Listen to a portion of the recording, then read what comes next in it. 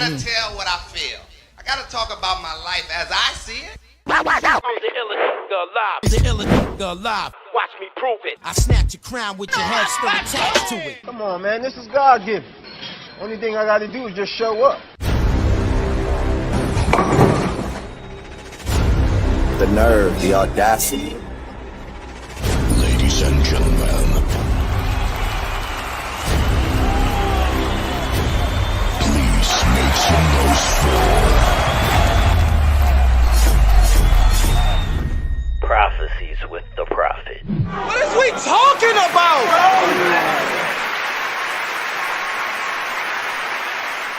You want to be good or great, and then make me remember I'm trying to be great.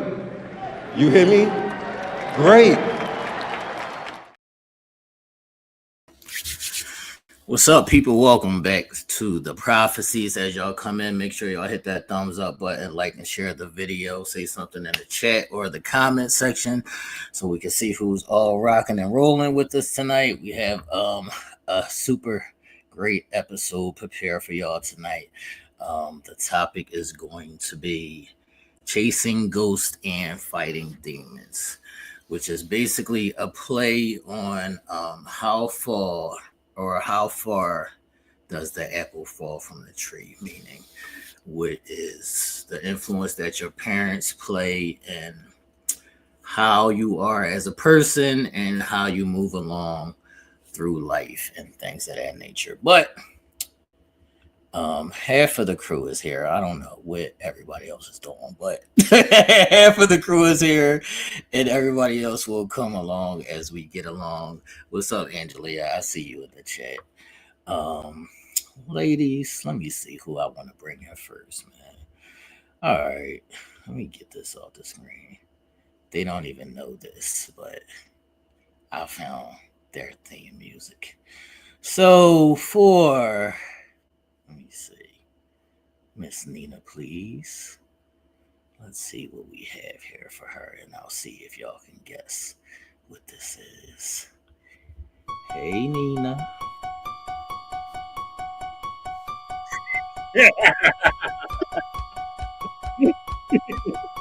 You know you ain't right.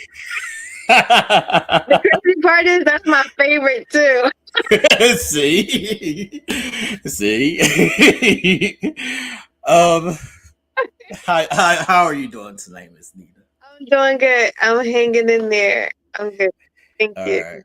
All right. Next up, we got CC, aka C No Stress. Let me see what we have for her. Let me see. Here it is, people.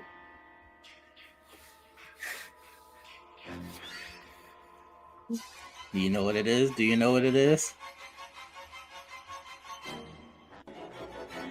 Is it Michael Myers? No, hers is Michael Myers. Yeah. Okay, who is that?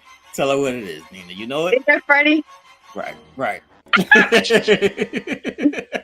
my dog. That's my dog. Let me tell you. I be thinking like I'm not scared of Freddy Krueger. Like if I see him in my dreams, I'll be like, "You want to smoke? What's up? What you doing?" I can't. How are you God. Okay. She I like it up though. in your dreams. Yeah. See, You know. I like it. He's my favorite. What's up, Jennifer? I see you in the chat. What's up, Stephanie? How's everybody doing? All right. Hey, everybody. CC's is actually Jason. CC's is actually Jason. So we have Michael Myers and Friday the 13th with us so far.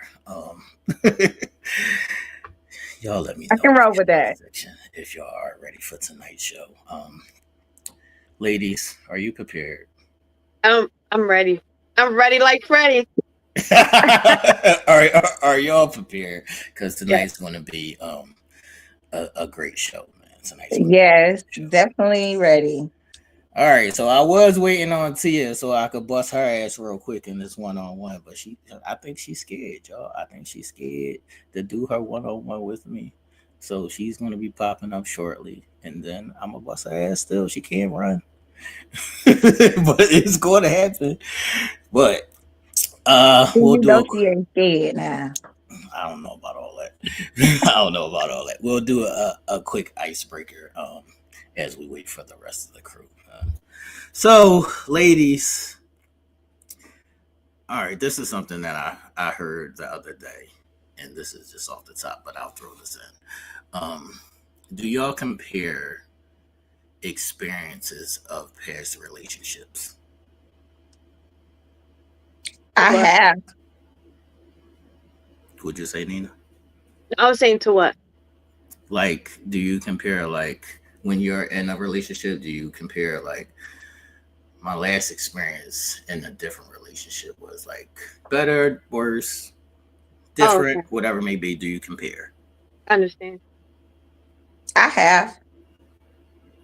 And And I compare because the relationship I was in, like I thought it was different. I thought it was like, yes, I won. And then all these bad things started happening. I'm like, wait a minute, I didn't experience this with him. You know what I'm saying? Like this, I don't like this. Yeah, so yeah, I have. It was a second guess for you. Yeah, well, I mean, a second guess, but I got the hell on because I got the hell on. it was bad. It was too bad for me. Out of there. Yeah, no. I saw those flags and I was gone. For real, because they were really big. It was like big stuff, you know what I mean? And I had put a lot of trust into the guy at the time, and then he just failed me. And I'm looking like, well, damn, this you not who I signed up for, and you not as good as I thought you was. Right. So no, because that'd be detrimental to my life, and I got children. I got children. All right, Miss Nina, please. So most of the ladies where I was watching this was saying that it's like a subconscious thing that they do. So it's like not always done on purpose, but you do have flashbacks or memories and things of that nature. And even if you don't do it on purpose, you will subconsciously compare. So do you agree? I totally agree.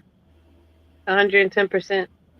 I was gonna say that like no, but subconsciously, yes.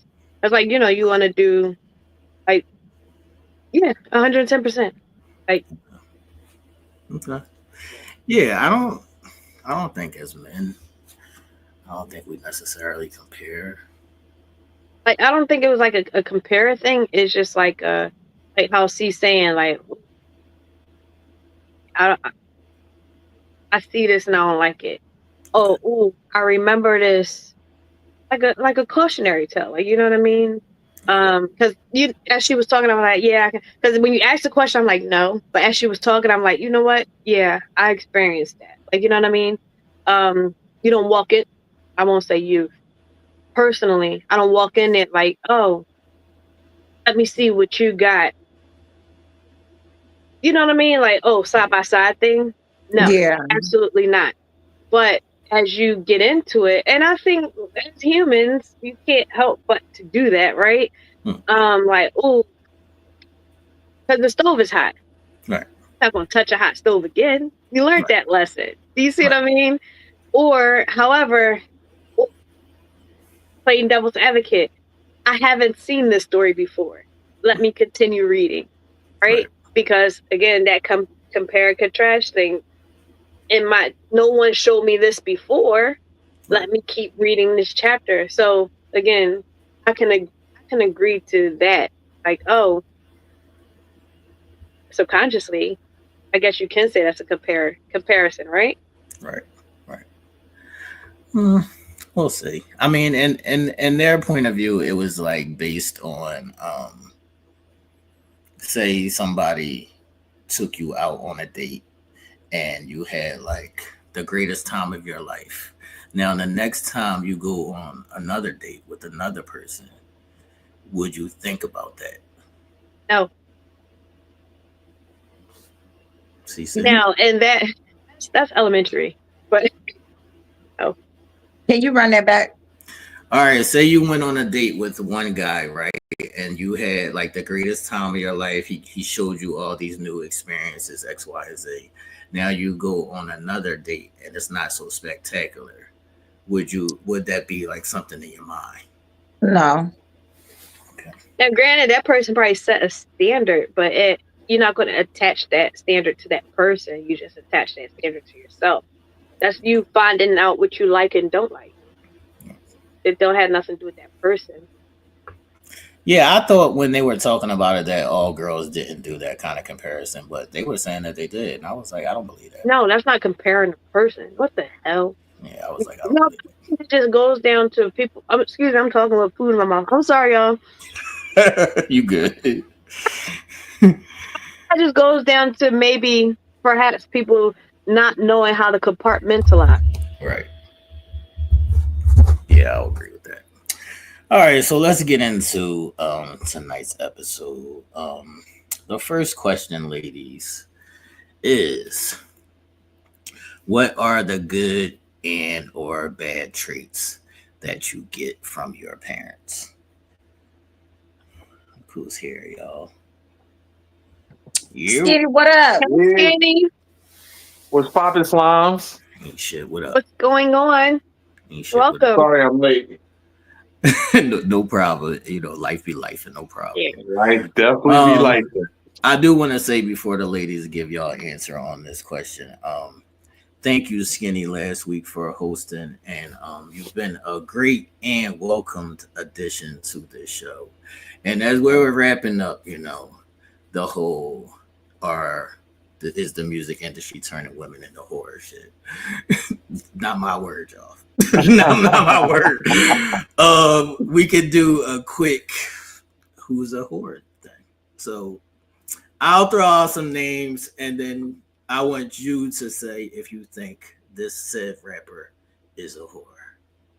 All right, we're gonna go Nicki Minaj. All right, hold on. Before we say, I can't. Well, we gotta have disclaimers already. All right, because we gotta have literal whores and industry whores. Industry whores are. No, we not separated. Exactly, Right. Y'all try to move the goalposts. Exactly. Hey, listen. I don't know any of them personally. Right. But I mean, just what's portrayed? Okay, the perception. Okay, what was the first? First Skinny's definition of whore. I can't. Not Skinny's definition. Everybody on that joke. You remember my definition? Hell yeah. All right. Okay. Hell yeah. I would say, yes. Damn, how can I not? What categorizes Nicki to be a whore? She's a married woman. Nikki? She's a married woman with a child. Not even going question. Next. What's the next name? All right. I don't even believe I'm about to say this name because Maya to Meg Thee Stallion. No. I would say no. Hell yeah. What are y'all talking about? I'm mad over Tory. Next. This is why I say no she to Megan. Admittedly lied. Next. But she's also had multiple partners. Right. That I don't know nothing about publicly. That. No, it ain't even about that she had multiple partners. It's about the fact that she lied about having multiple partners. Yeah. Oh. And then came so out that and makes said, her a whore? Right. Yeah, well, that's a whore. Yeah, because if you grown, why are you lying about who you fucked? That makes her a liar, not a whore. Exactly. You know how many people have multiple partners and lied about it? This is multiple people, though. It's not one person. Next. It's multiple people. All right, we'll go next. We'll go next. All right, Ice Spice. Why does Ice Spice get the automatic whore? She's the whore. I don't know too much about her. They said that she lost a lot of weight and looks weird now. Yeah, I think she pops ass, but I don't necessarily think she's a whore. I don't see that either. You know what? She's a Capricorn. I'm sorry. Yeah, don't do that to the Capricorn. Oh, the team Cap. All right, heard you. Hold on, so she's not a whore there. She's not a whore.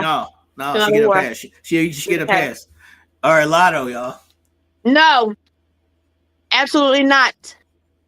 What's up, Skinny? Skinny, no. No, Skinny. I don't know. I He don't said know her. no. Like, You heard him? He said, I don't okay, know. He said no. She is definitely not no whore. Told you. She might be a whore, but she's not a whore. I can't. What's your answer, Cece? For Lotto. No. Lotto, I'm going to say no as well.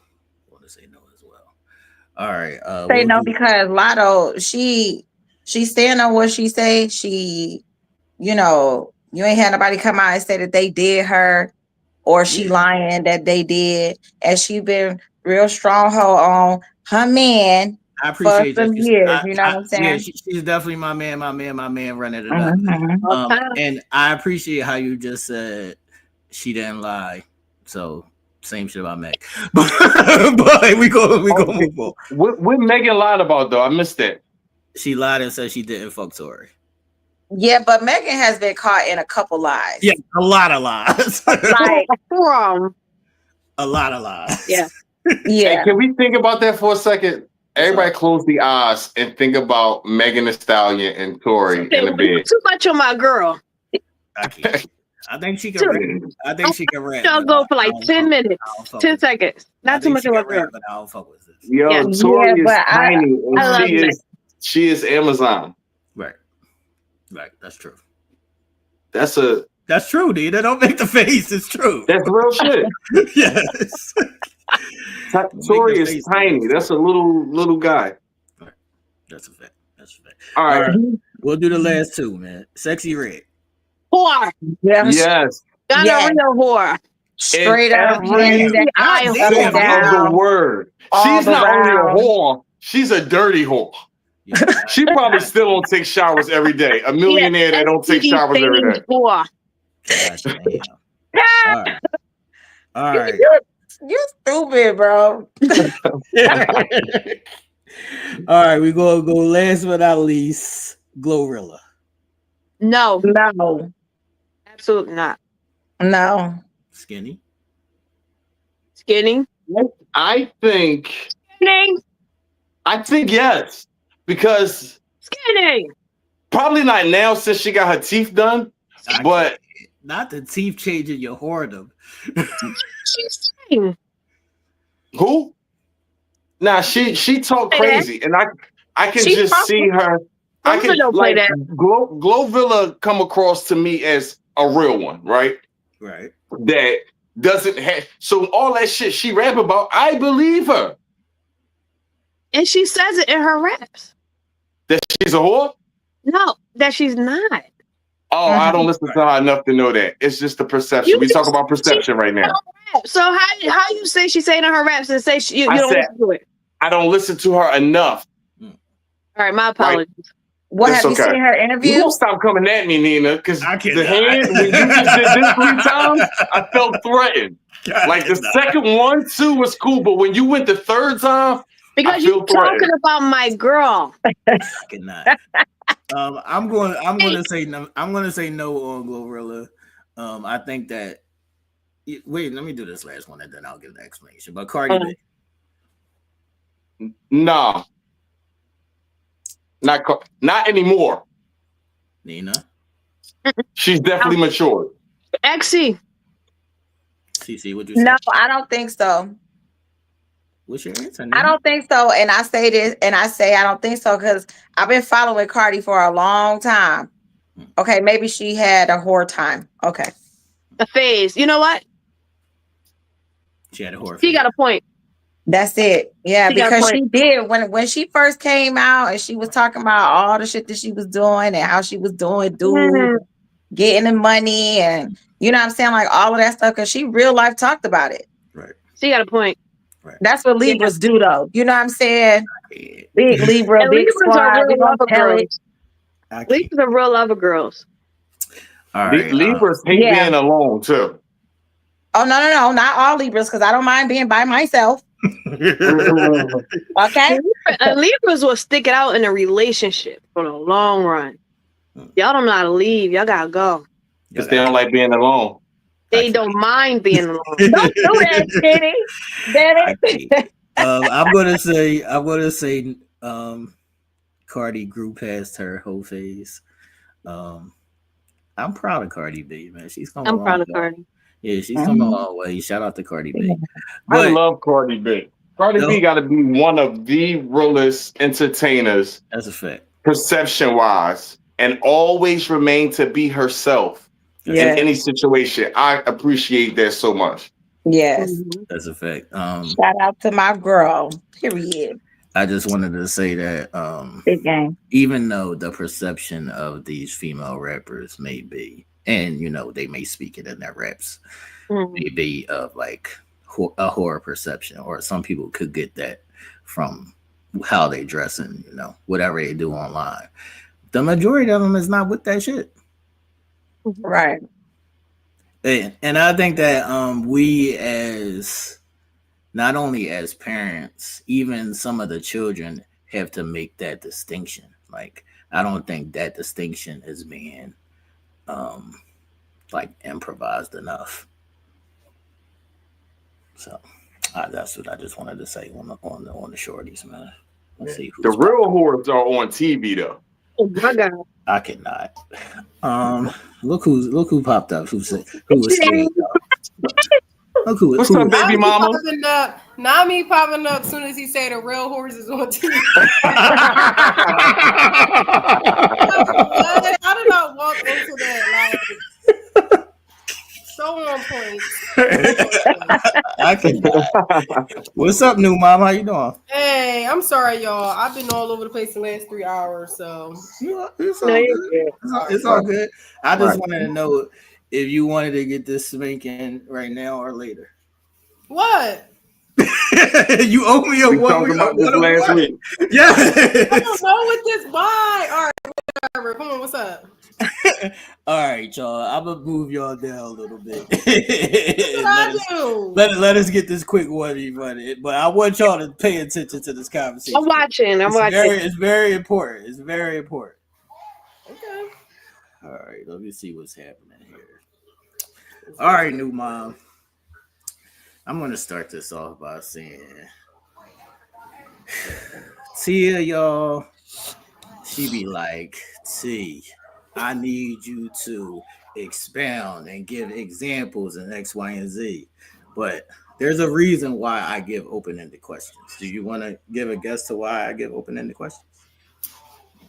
I mean, you want people to really like give their own opinion and expand more on their reasons on why or the answer to the questions. Right. To see where it could go, because if you leave it open, it can go so many different ways. So I understand.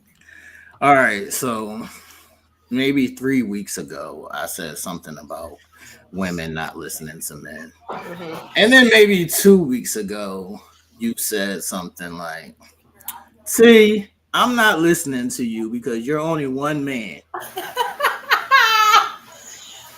Okay. So I want to know if you stand on that. Do you stand on you're not listening to me because I'm only one man? Let me put this baby down. Yes. Yes. Get him, Zion. I didn't say it like I wasn't listening to you right then and there. What I was saying was you need more people.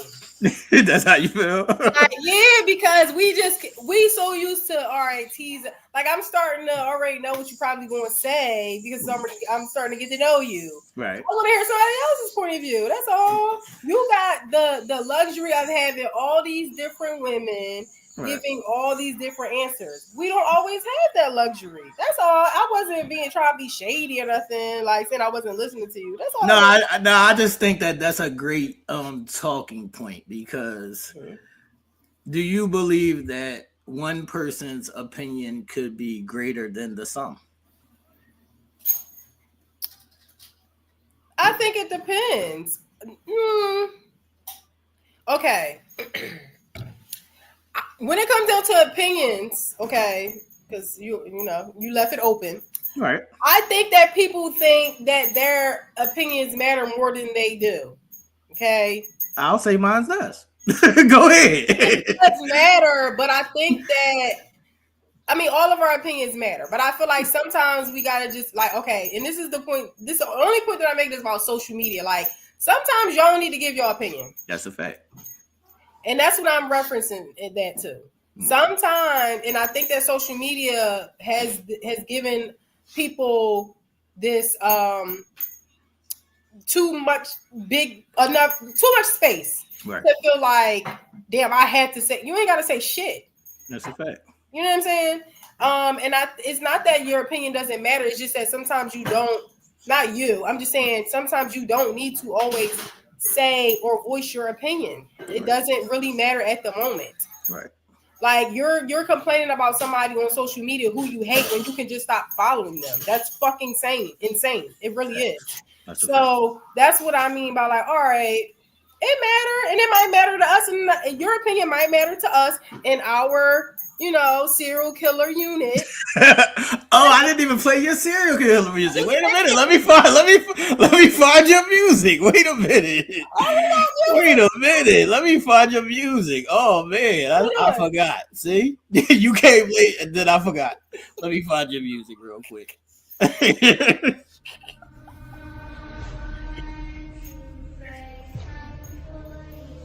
I don't like it. I don't like that. Boo. Jason, some Michael Myers. You and CC gotta get switched then, because CC was Jason, so y'all can get switched. Y'all can get switched. Oh, I got the little chunky sound of music. Y'all can get switched. All right. But my point in this was, you know a little bit about sports, right? I do. All right. Since you like examples and shit of that nature, this is the greatest example I can give you. You can go and play basketball or learn how to shoot with 10 Shaqs. Mm-hmm. Or you could come shoot with Steph Curry. That what you want to do? Yeah. You use my favorite player too. That's crazy. That's really wild. Now, do you want to come and shoot with Steph, or you want to shoot with 10 Shaqs? Let's murder this shit. Exactly. I'm kidding. Okay. Fine. All right, I'll bring the crew back in, and then we can get back into tonight's show, everybody. But like I said last week, anytime anybody wants to have a quick 5-minute 1v1 versus anybody on the panel, and y'all can play along in the chat as well. The link is normally in the description if y'all want to challenge, just have a little friendly debate about whatever somebody said. That's always an option. That's something that I wanted to add to the show. But thank you, and I'm glad you tried to stand on it, but you really did. So I'm gonna let you rock today. All right, crew. Before we get into the question, what are your thoughts on the conversation that me and Tia just had? Does anybody want to speak? It was cool. I like the concept because that's, sometimes it's good to share individual conversations. My feelings was hurt, CC. Huh? My feelings was hurt. Why?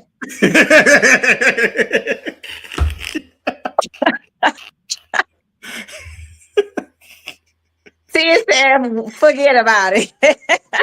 Man, T full of crap, man. He really is. All right. Any thoughts, Nina?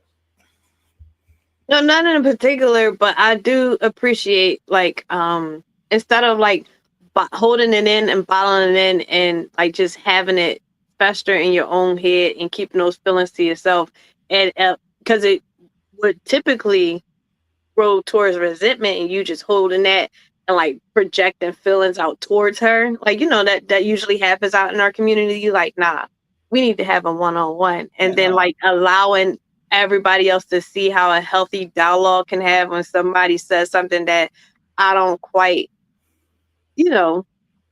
resonate with, because it hurt my feelings, and this is how I see things. Like, you know what I mean? Like, hey, this is how I see it. This is how your words made me feel. Can you see things my way? Like, you know what I mean? Like, that's a healthy dialogue. Like, I like it. Like, we can talk this out. We like listen to me, man. Well, I know in the future it's gonna be a lot of one-on-ones with CC and Skinny. With CC and Skinny. We whores. Hey, what's up?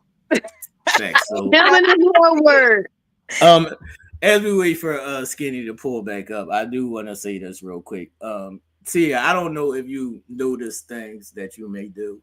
Like when you do like little facial expressions or things of that nature, you're not like everybody can't do that shit. Like the shit that you naturally do, everybody just don't have it. So I'm not. Your personality is not like if you don't have to say it. Right. You don't have to say it at all. But it'd be written all over your face. Like you could just make a face. Like hands down. I've never been in control of this face. You're right. Right. So that's what I was trying to say. So it's not like just about me. We are all extravagant in certain ways, and that's why we're a collective. So I'm never going to like be like, no, that was only Tia saying that. Fuck no. Yes, that was Tia saying that, and I'm going to listen to it. Okay. That's what it is. Like, yeah, I know I watched last week's episode. I was dying. I was cracking up. No lie, because your facial expressions and how on time and on point, right. And how it just always is. It's like, that's what I'm talking about, girl. Right. Because I'm the same way too, but it gets me in trouble. Because like my dude be like, hey, fix your face. I'm like, listen, you're just gonna have to take it because this is just what it is. I can't help it. This always been me, you know? So being able to read it, I'm like, oh my God, girl, you have me dying. I be talking about you to my friends too. Like, that's why I can actually be, unless she gonna read it. Thanks. That's a fact. Oh, well, I thought I was about to start covering my face, but now I'm not. No. Nope, be you. We was talking shit about you. But I do. They said you and CC gonna have the most one-on-ones. I kid. What I do? You ain't did shit yet. Nothing. I think so. Yeah, I'm interested to see how these one-on-ones play out. I'm interested.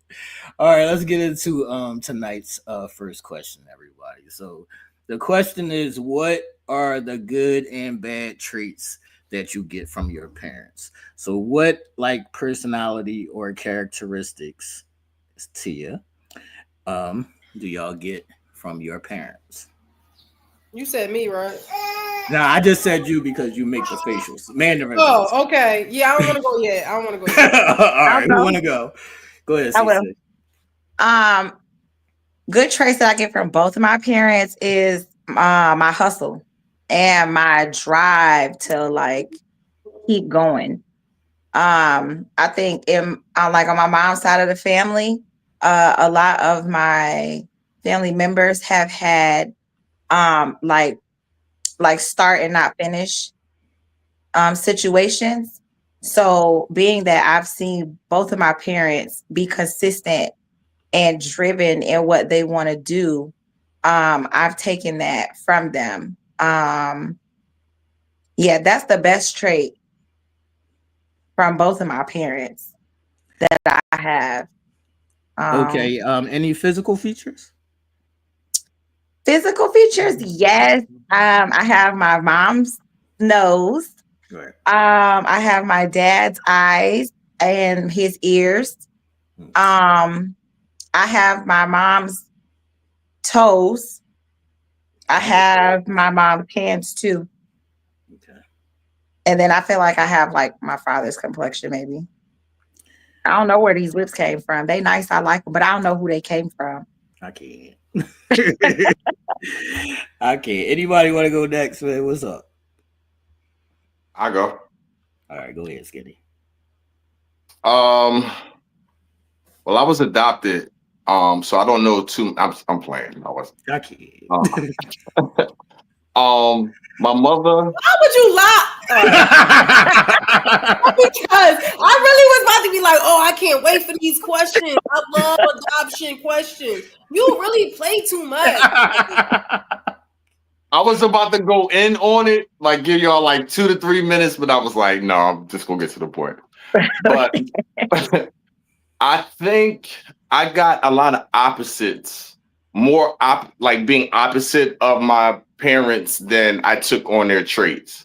For instance, my mother wasn't really affectionate towards me growing up. So I'm very affectionate towards my kids. Like, give me a hug, all that type of shit, because I never got that.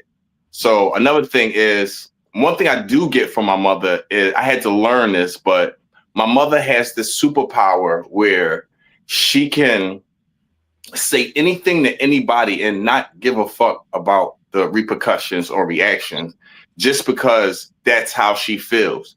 And the reason why I say it's a superpower, because everybody don't have that confidence or that personality to tell people the real. So I think I adopted that from my mother. As far as facial features, I'm a little lost because my father's pretty brown skin and my mother is pretty brown skin. And I came out pretty bright. So that's for another episode. But I think I have majority of my mother's features though. Okay. I actually have all of my mother's features. All right. I want to go to you, Miss Nina. I'm not too sure what I got from my dad. I don't know. I don't know. My mom.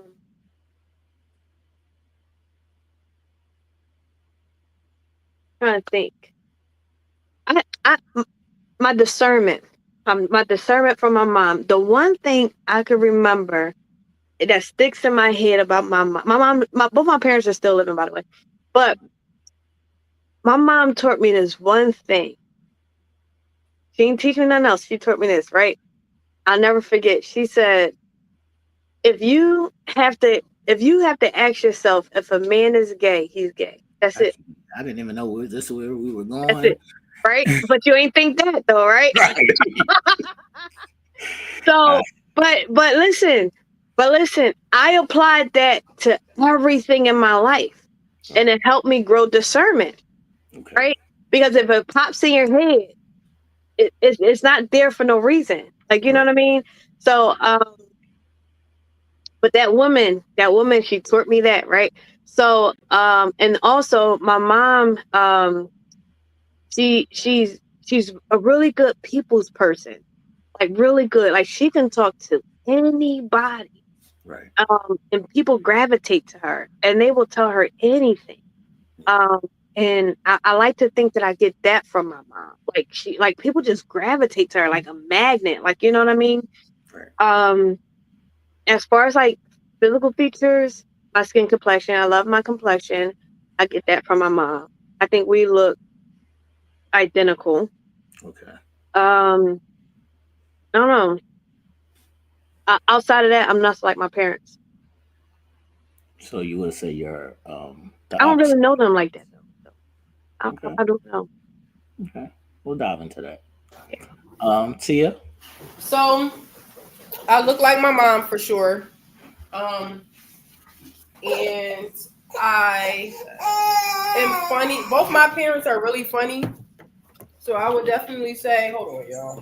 I know the boy be trying to kill my vibe. What's up, young boy? Yeah, like, boy was crazy. So I'm really, both my parents are funny and silly. So I definitely get that from them for sure. My dad, what I would say, I feel like is a good thing I got from him and a bad thing. He like will cut any and everybody off. Like he does not care, mom, grandma, sister, brother. Like I'm definitely that. Like I'll that's cut where you everybody off. That's where you got the SK from, huh? Yeah. Listen, first of that K is real. That K real with him, right? He in jail to this day. Anyway, we're gonna get to that later.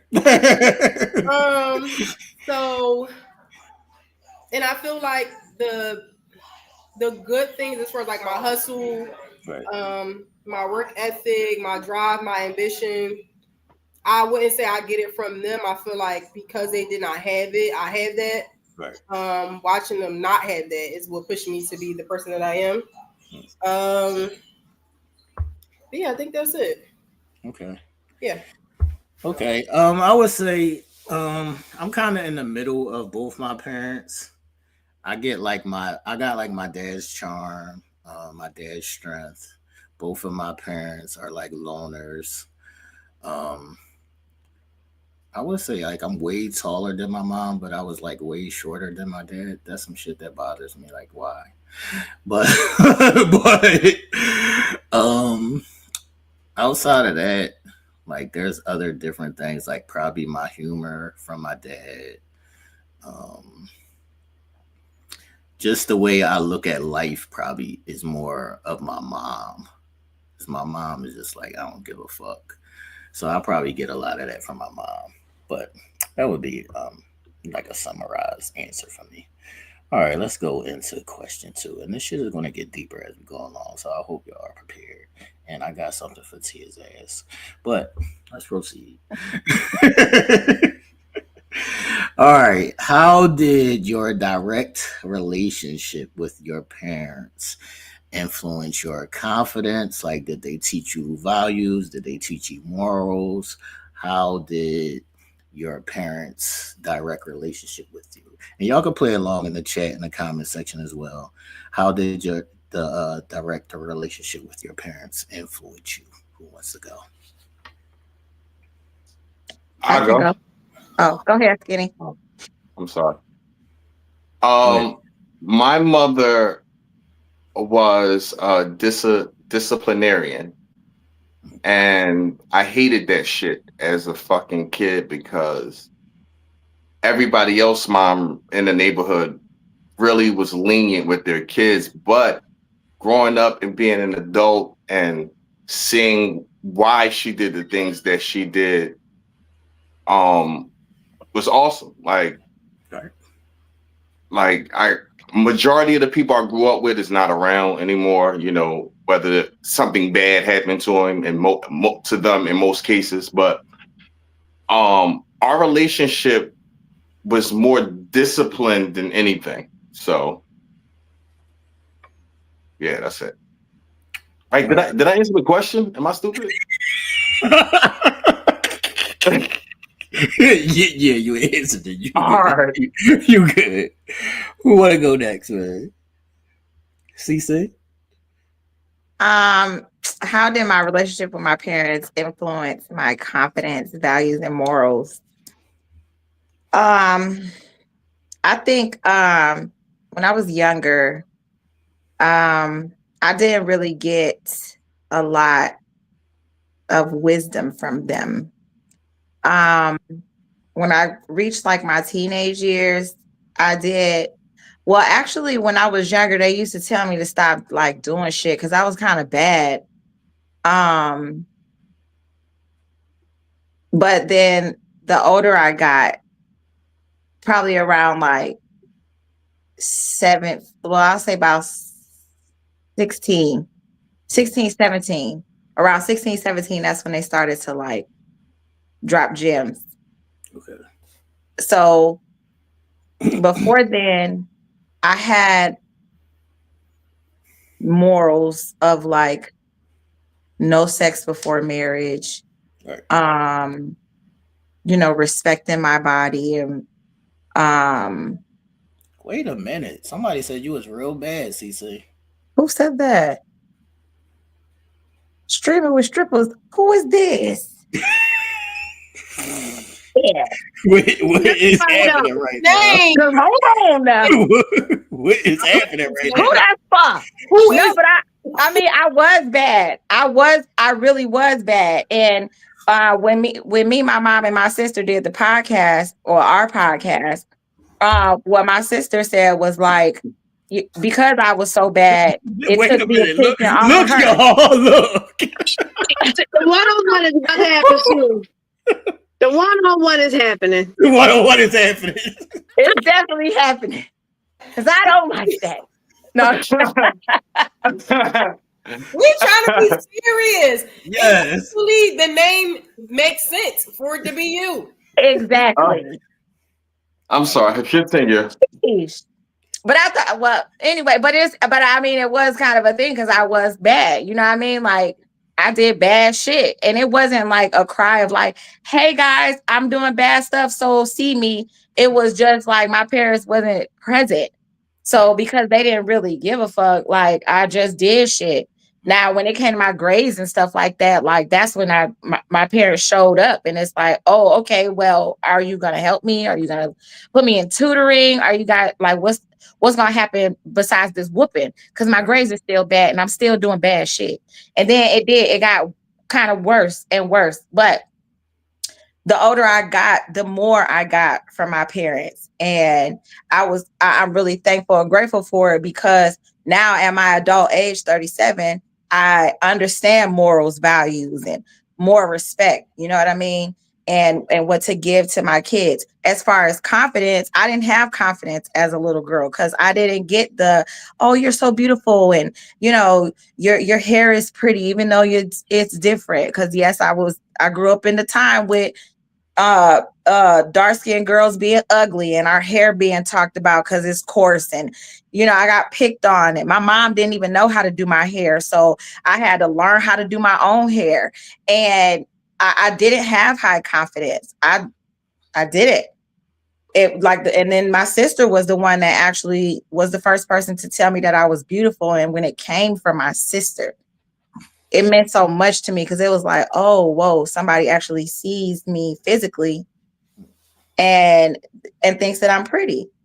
And then I started to kind of like pay more attention to myself and how I dressed and what I put on. I was more like, okay, this gotta match. And when I put my bobos in my ponytail, I'm gonna need my bobos to match my shirt and my socks to match. You know what I'm saying? So it gave me the confidence to like be confident. Right. So yeah. And now, I mean, they can't tell me nothing. All right, Tia, I want you to go next. So they influenced the confidence,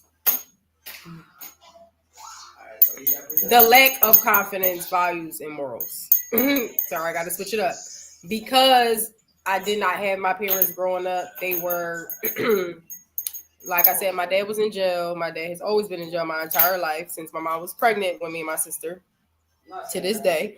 And my mom did drugs up until I was 17. So I lacked confidence because I was abandoned and I had abandonment issues. I had suicidal thoughts at one point. So I didn't have those things. I didn't value. There were things that I value, but I don't think I valued myself. And so they influenced it in the way that I didn't have it. Okay. So yeah. Similar story to Cece. Like my mom was literally a crackhead. She was not worried about doing her hair, which is why I'm a cosmetologist to this day, because that was my way of becoming, to me, beautiful. Like I could transform myself, me and my sister, and then I was able to transform other people. So that's what kind of like saved my life for the beauty industry. My dad, I'm not going to say that he purposely caused me to lack these things. He just was not present. So it was only so much he could do. But when I was around him, or when he could write and stuff like that, he tried. But it's only so much you can do, you know, from a jail cell. And yeah, it's just only so much you can do. Like, it is what it is. Now, of course, you know, I'm the shit out here. So, you know, they be hyping on me or whatever. And they praise me as they should. Right. growing up, it just wasn't there. Other people stepped in, but as far as my parents, I was abandoned, so it was nothing really they could do. So Okay. All right, Miss Nina, what's up?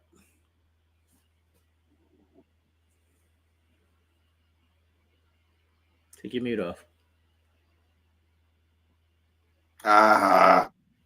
Nah. We can't hear you. Take your mute off. Again, somebody smoking? Not somebody smoking. Okay. So I was raised by my grandmother. But let me see. So my dad not being around, but I did have father figures like my cousins, my uncles, or whatever, and they actually influenced my confidence by, like, I was a shielded child, so to speak, and that actually didn't help so much.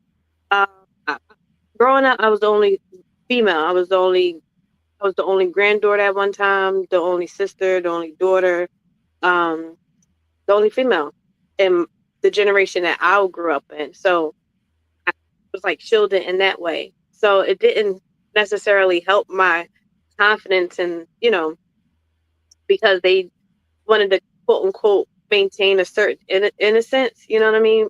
Unfortunately, it left me um, naive, right?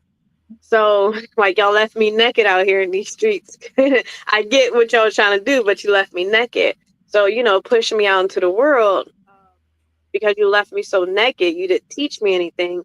You calling yourself trying to, like, keep me safe by maintaining my innocence. You kind of threw me out into the wolves. And that fucked up my confidence because, people poking and prying. Like, kids could be mean. And then I'm out here with these older men and they see how naked I am because, you got that little twinkle in your eye. And, it's messed with my self-worth because I don't know. I'm still wet behind the ears or whatever. You get the gist of what I'm saying? So, of course, me trying to look in the mirror, I'm thinking there's something wrong with me because growing up, you do the little comparison thing or whatever. And then, I'm the light-skinned girl with the long hair and the eyes, but everybody else got their little jam and rhythm and going. And I'm naive. I don't know what I'm supposed to do out here in these streets. So I don't have my parents to kind of talk. Nobody talks to me. Right. They just let me roam the streets. Like, you know what I mean? And everybody just doing what they want to do to me because I don't know what I'm supposed to do. Academically, smart, genius. I don't like. There's nothing wrong. And because I'm doing so good in school, nobody's blinking their eye at me. Right. But I'm failing in the streets. You know what I mean? So, because I didn't have, my parents looking at me, I had to learn street smarts on the streets, right? And like my mom was street smart though, like that. So some like she had a couple marbles loose. My mom was actually in the streets, right? Because her brother was in the streets, so she doing what she got to do behind him, but looking at her and just watching her actions or whatever.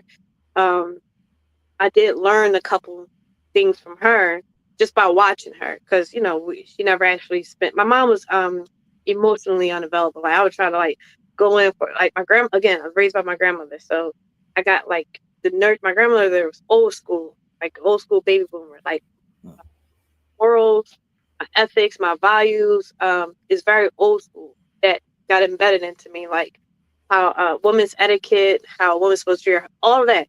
I'm old school with it, right? Because I was taught by my grandmother. My manners and everything taught by my grandmother, right? But although my mom was around physically, it was just that emotional component. Just no, like I would try to go in for a hug. She's like, like you know what I mean? Because again, she's used to being around nothing but men, like you know what I mean. So my mom has a lot of masculine energy or whatever, right? But I'm watching her and I'm watching how she moved. Like my mom moved like a man in the streets. So I'll say that I got like I moved, like, even shifted into like my late teens to my 20s, because I learned street smarts.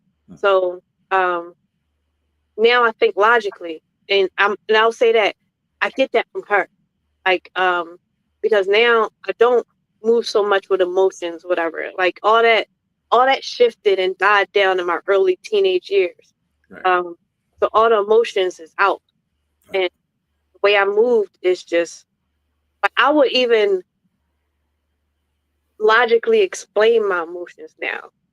Like, you know what I mean? I won't sit with them. I will like, I will logically think my emotions. Like, why am I feeling something? Like I will think it out. Like, you know what I mean? And it's funny because people be like, yo, you think like a man. And it's like, and I must say, I think I get that from my mom or whatever. But,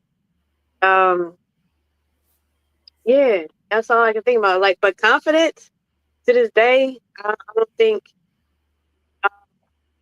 neither one of my parents influenced that. Today, I get it to myself. Right. Honestly, I had to find that. Okay. I'll just say, real quick. My basic childhood is a little like different because like my father lived like directly across the street from me. I could walk across the street to my father's house. So as a kid, was I around then? No, you wasn't around then. You okay. came like when my father passed. I'll get to that. So my father used to live directly across the street.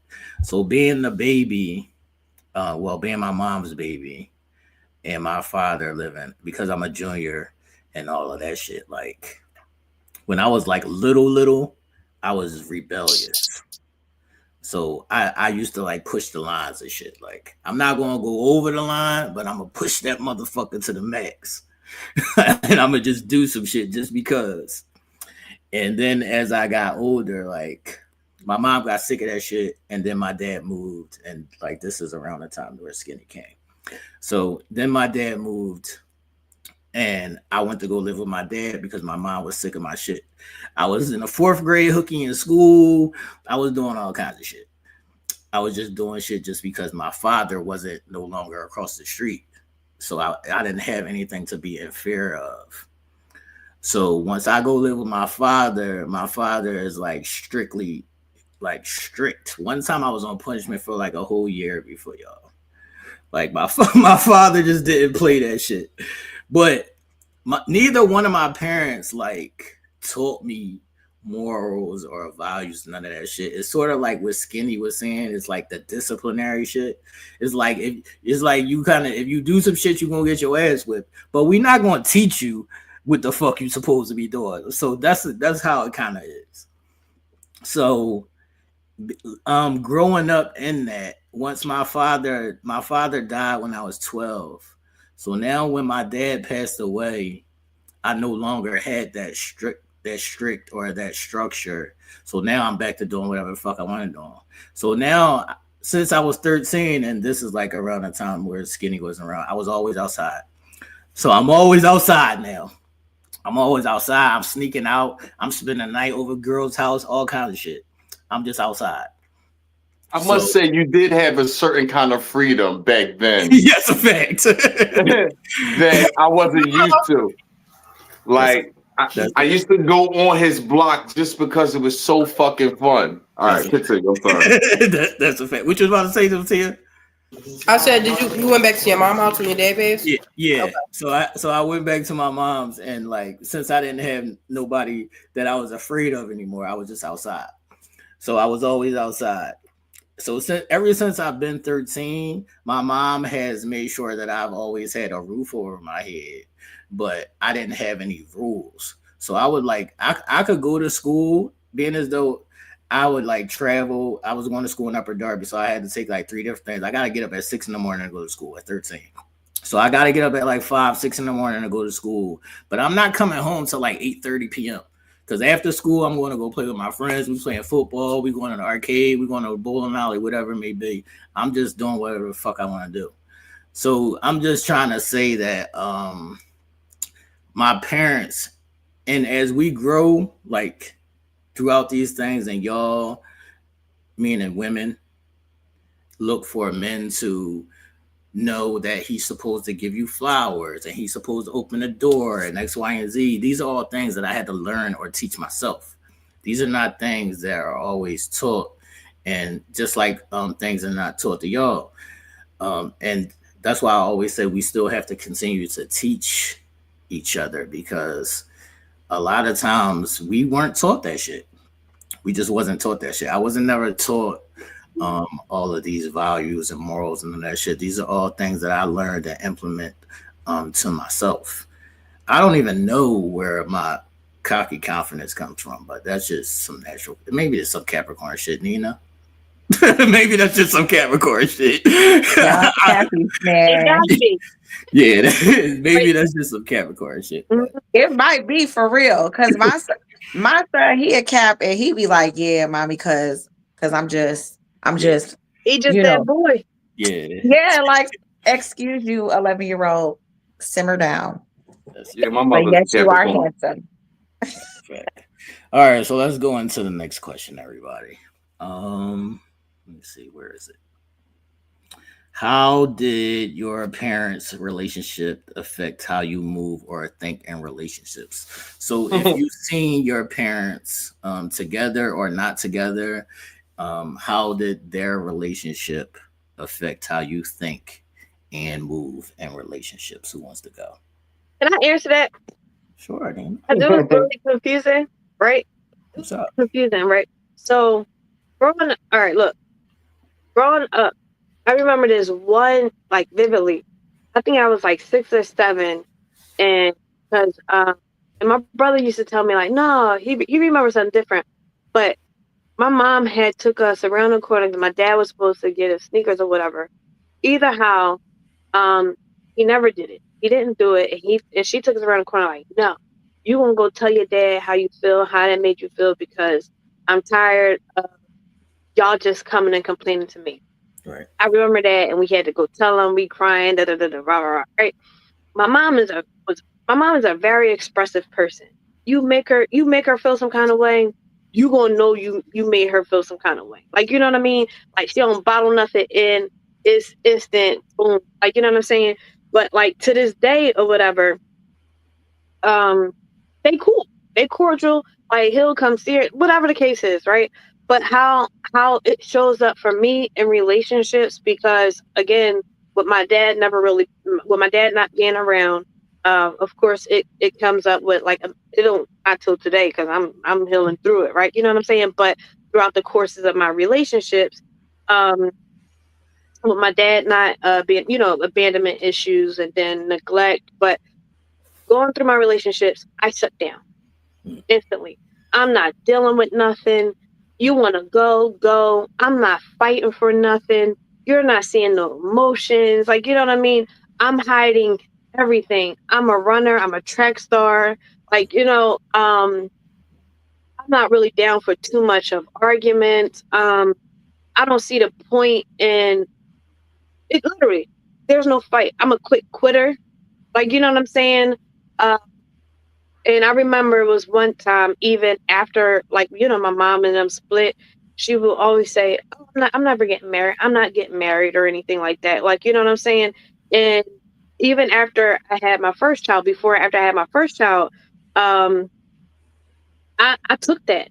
Right. Like, I took that narrative. I don't even know why I took that narrative. I'm not getting married. And I carried it. And now that I'm, older and I'm living my own life, I realized I cursed myself. Right. Like, you see what I'm saying?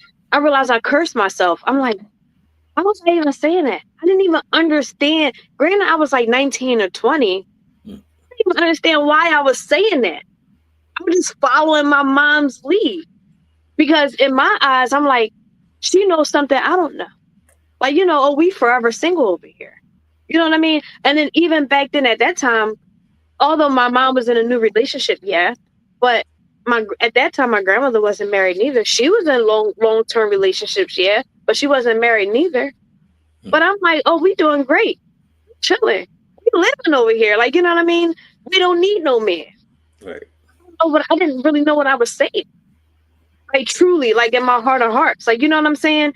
But I was always, sorry, my phone was typing stuff down it. But now that I'm older, I understand that they were just speaking from hurt and pain and not really healing through, you know, unhealed trauma from, but the thing was, is that they never talked to me about how to do relationships, how to be a woman in relationships. And neither did I even have a sit down with my father of how to be a woman in relationships, or how to be a recipient of a man in a relationship. Like, you know what I mean? And here I am, 19 years old with a baby. And at that time, I was with my child's father. We were in a relationship for 3 years. Right. I'm like, how can y'all sit here and watch your child be in a relationship with 3 years with a baby at that, and y'all still not talk to her about relationships? Y'all see me drowning. Right.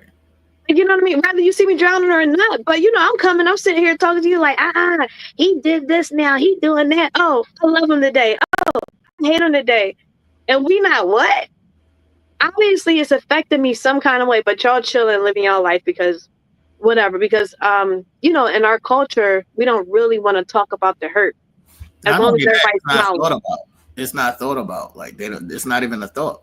It's not even a thought. But I don't want to take up everybody's time, but yeah, when that question popped up, it was just like, yeah. All right, who want to go next? I'll go. Oh, no, your turn. We got to stop doing why'd y'all bad on every time? Go ahead. I'm about to say we really gonna have that one-on-one now.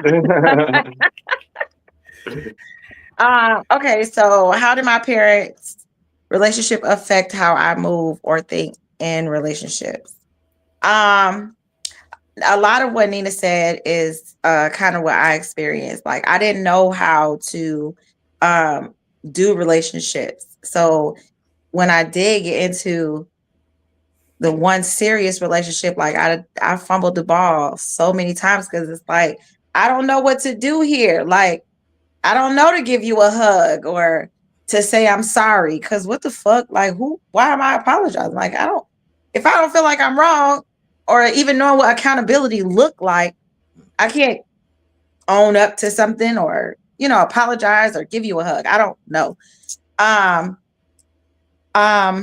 For the most part, I thought that my parents were in love. So what I knew from growing up in a Christian home, having married parents, and everybody around me saying, oh, you're growing up in a 2-parent home, and that's like a thing. It's like, okay. Huh? They look at it like you're lucky. Yeah. And it's like, you don't know what I'm going through over here. Like, my parents, we don't even talk for real. You know what I mean? I didn't learn stuff about relationships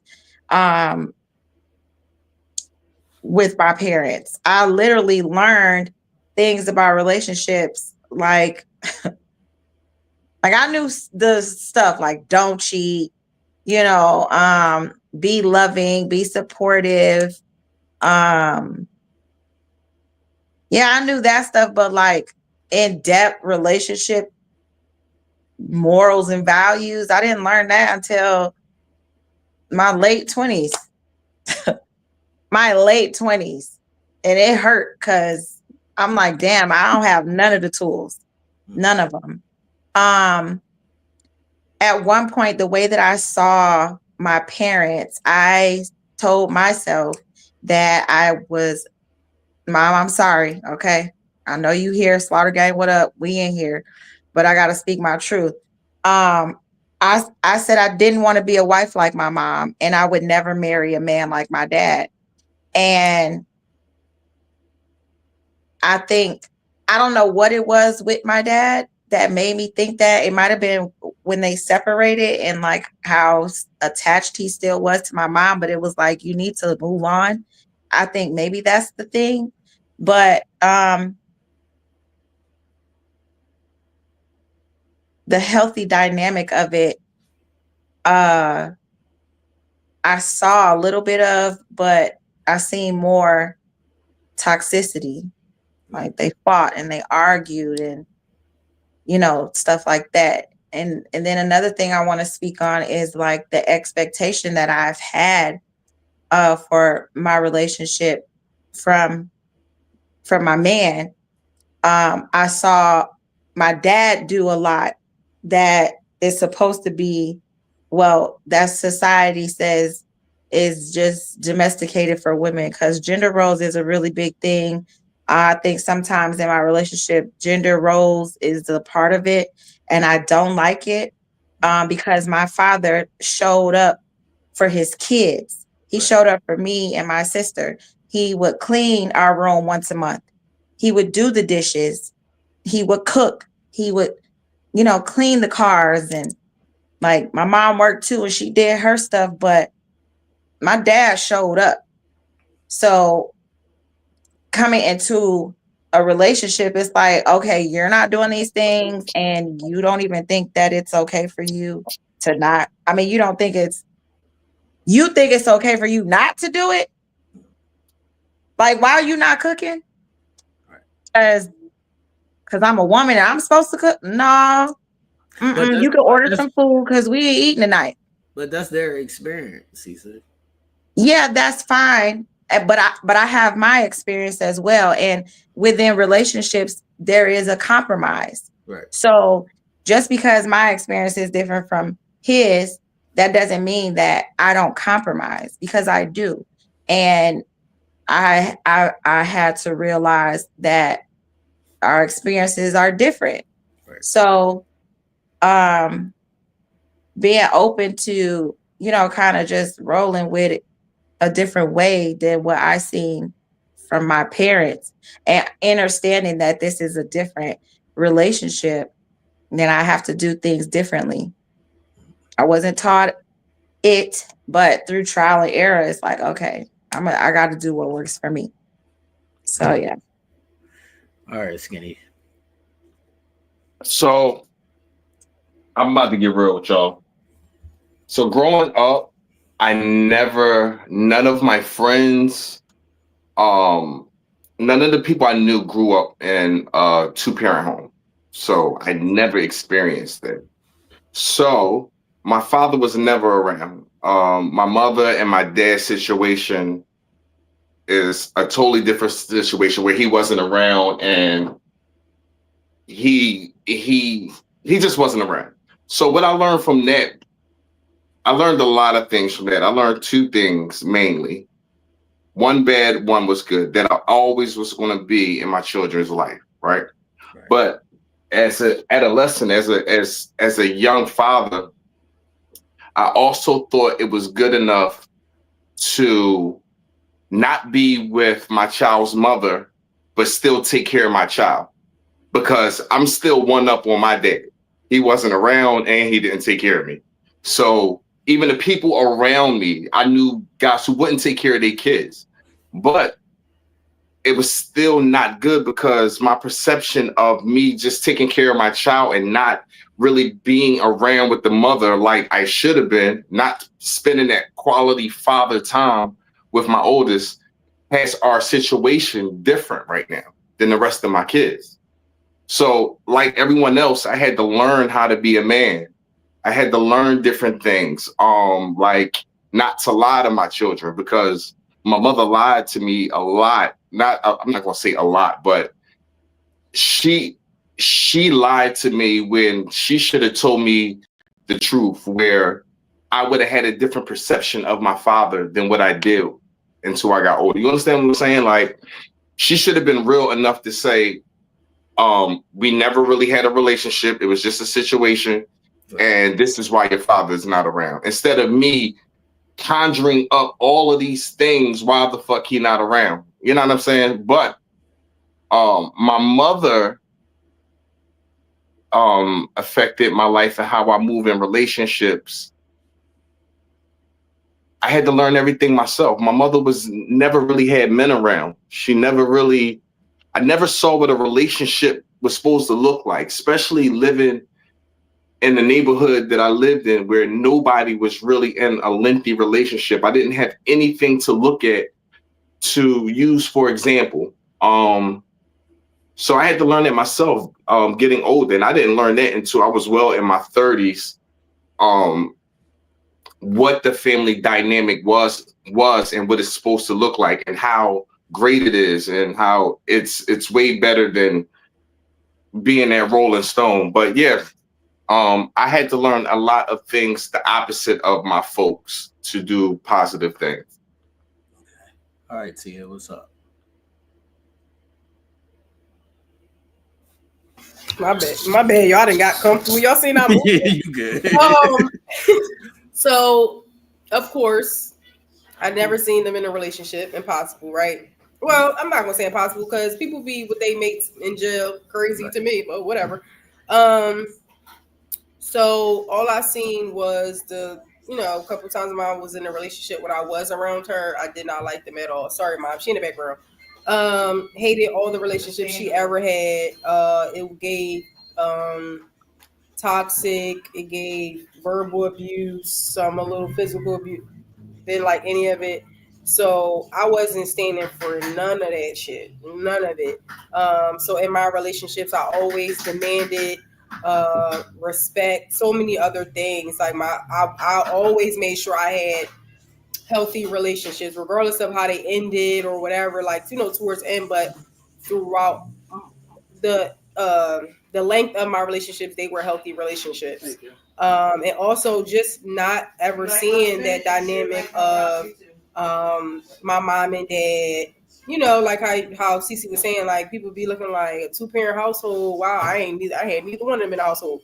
So I wanted that, and I also wanted that dynamic in my family, because not even just my mom and my dad, in my family, it's a whole bunch of women with a whole bunch of kids with no dads. There's not a lot of dads around.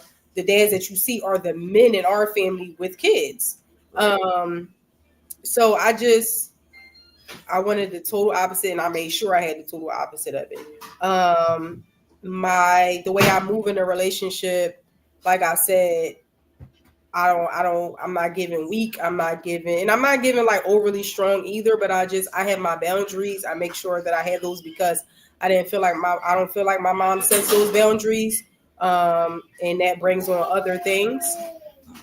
And with my dad, I don't know him as a mate besides an inmate. You know what I'm saying? I can't. But when he does talk a little bit of, like, he gives advice about relationships and stuff, you can tell that he does have a romantic side to him, which I do like. But yeah, I ain't nothing like that, child.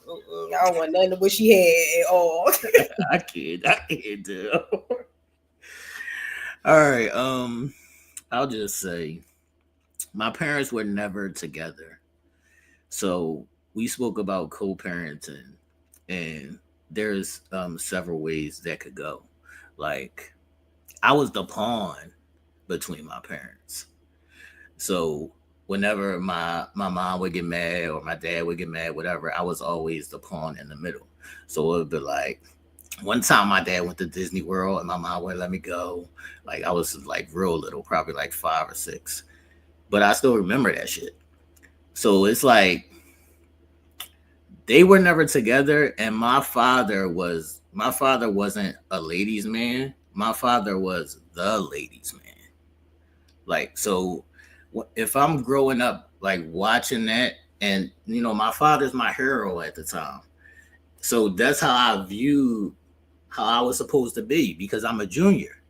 So that's why this episode is entitled like Chasing Ghosts, because I was always like, up until like probably my late teens, which I didn't realize it until probably like my early 20s. I was chasing that image of my father because my father got a certain respect people looked at him a certain way. People, if I post a picture of my father right now, people that I don't know will be like, yo, your father was the man. And that's something that I wanted. So I was always chasing that ideal of what it would be.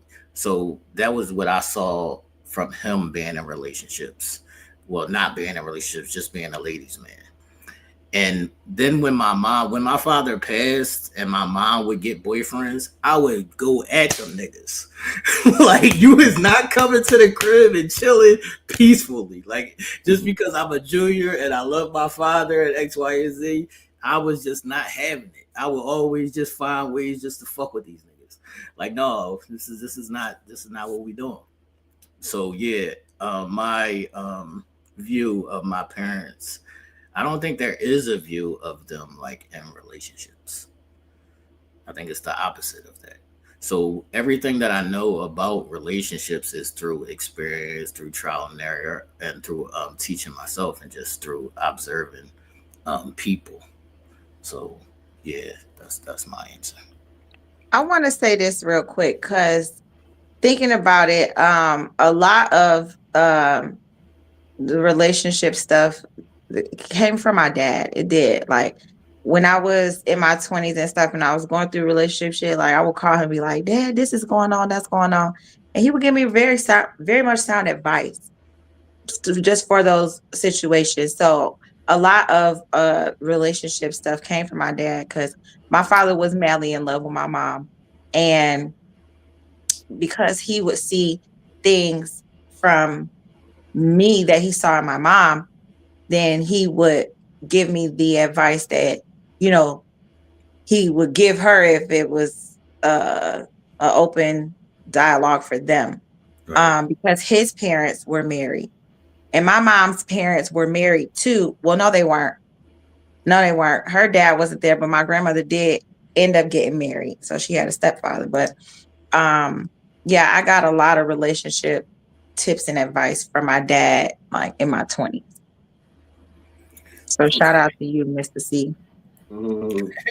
Shout out to Cece's dad. The next question is this is a doozy. What demons or bad habits are you fighting that ultimately come from your parents? See, you want to go? Duck, yeah. Now he trying to be polite. Me? You go. Go ahead. It's your turn. I was just making sure we ain't bump. Go ahead, Skinny. Because I was sure going to go. I think I only acquired one, maybe two. My father has about 15 kids in Jamaica and America, so he's pretty global with it. Well, he's passed now, but he was a Harlem Globetrotter. So I got 5. I have two boys, twins, and then 3 individual kids. So I think I get that from my dad. My mother, I know I get smoking from. It's very hereditary. And I've been trying to kick it, but I just think it's just bound in my DNA wrapping. But that's it. That's what I got. My mother's a hustler as well. I never saw my mother broke. Right. Where we didn't. We struggle, but to put things in perspective, people came to my house to eat. Like all my friends would come to my house to eat. Like my house was where everybody wanted to escape the bad shit from and come over. So I'm not going to say that I had a bad childhood. Like my mother worked for Temple. Right. So I just knew that I couldn't be broke, and not experiencing being broke. Like, don't get me wrong. Like if I say, Ma, I want this, and she say no, like I didn't have it. But as far as the necessities, I had that, and I made sure growing up that I always had the necessities. Okay. I think I got that from my mother. She always had multiple hustles. Okay. All right, who want to go? I'll go. You can go ahead. Go ahead, Nina. I had a bad habit of being, I'll say,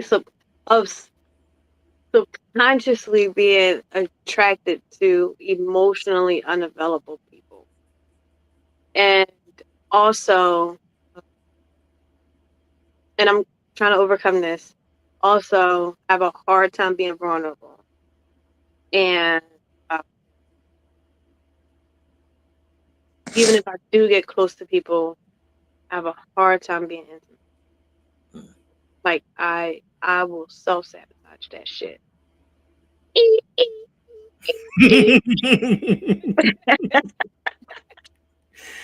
I can't. Yeah. So I am. I have acknowledgement of it, like, and I'm working on it hard, vigorously. But yeah, these are the demons I'm fighting. Good for you, Nina. I'm proud of you, girl. Thank you, Mama. Want to go next? Tia, you want to go? I was just about to say, yeah, I'll go. As I mentioned before, my cutoff game, I can't. Very ridiculous. I get it from my dad. I know I do. Like I hold grudges. Like it's nobody's business. I really, really do. And the problem is I'm not even fighting it. That's the problem. Like you just accepted. You just accepted this shit. It's not even accepted it because I feel like what am I with it? Like because here's the thing. I am and I get this from my mom. I'm a very caring person. I'm a giving person, right? And I love giving to people. I love caring for people. Like when I love you, like I really, really do. So when you cross me or I feel like I'm being taken for granted, yes, I'm gonna cut you off because baby, what I do for you. You know what I'm saying? And I don't do things just to say like I did them, like I do it out of the kindness of my heart. Like I really be like, oh my gosh, like I want to give this, I want to give that. So when you cross me, you don't deserve that anymore. And it's always somebody did something to me. It's not just like I just woke up one day and I just decided that I don't want to mess with you no more and I want to put you on the block list. It's literally a direct response of something that you did to me. And I do not play about my peace. Like I told you, like I had suicidal thoughts before. I need to be cool. Like I need my mental to be cool. I need my heart to be cool. So I'm going to protect my peace at all costs. And if that means that I need to block my mother, because she'll tell y'all. She'll tell y'all. She got blocked like 3 times. Like I do not care. Like I have to protect my peace at all costs, and I don't care who it is. It could be my grandma. Yes, she's blocked as well. No, she keeps asking for my number. You can't reach me because you're blocked. I can't. Wow. I cannot. So that is, I feel like something that I should be fighting. It's a bad habit, but at the same time, like, get your life together. Like, it ain't my fault. What you want me to do? I get it. Listen, the fact that I get it from my dad and this nigga has really been in jail all his life. Nigga, how are you cutting people off and you gotta call them? Like, you know what I'm saying? Like, oh, I ain't talking to such and such. They don't care. They can't call you. Like, what you gonna do? Take them off the list? Oh, like that is pretty diabolical right there. It really is. That nigga don't care, and I really get that. Like, it is really in my DNA. Like, we both be like, all right, it is what it is. We can't talk sometimes. We cut off everybody, and he crazy. He be like, put them niggas in the dirt. Wait a minute now. Hold on. Like, why they gotta go there now? Right? Hold on. What phone are y'all talking on? He better chill out. He's crazy. That's why I will ask you before CC go. Okay. Tia, good, bad, or indifferent?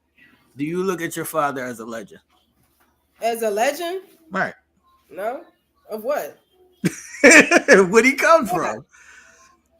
Where'd he come from? Yeah. Like what he's in jail for? Like. I mean, he was a contractor for JBM. No, I don't look at him as a legend. What are you a legend of? You have no.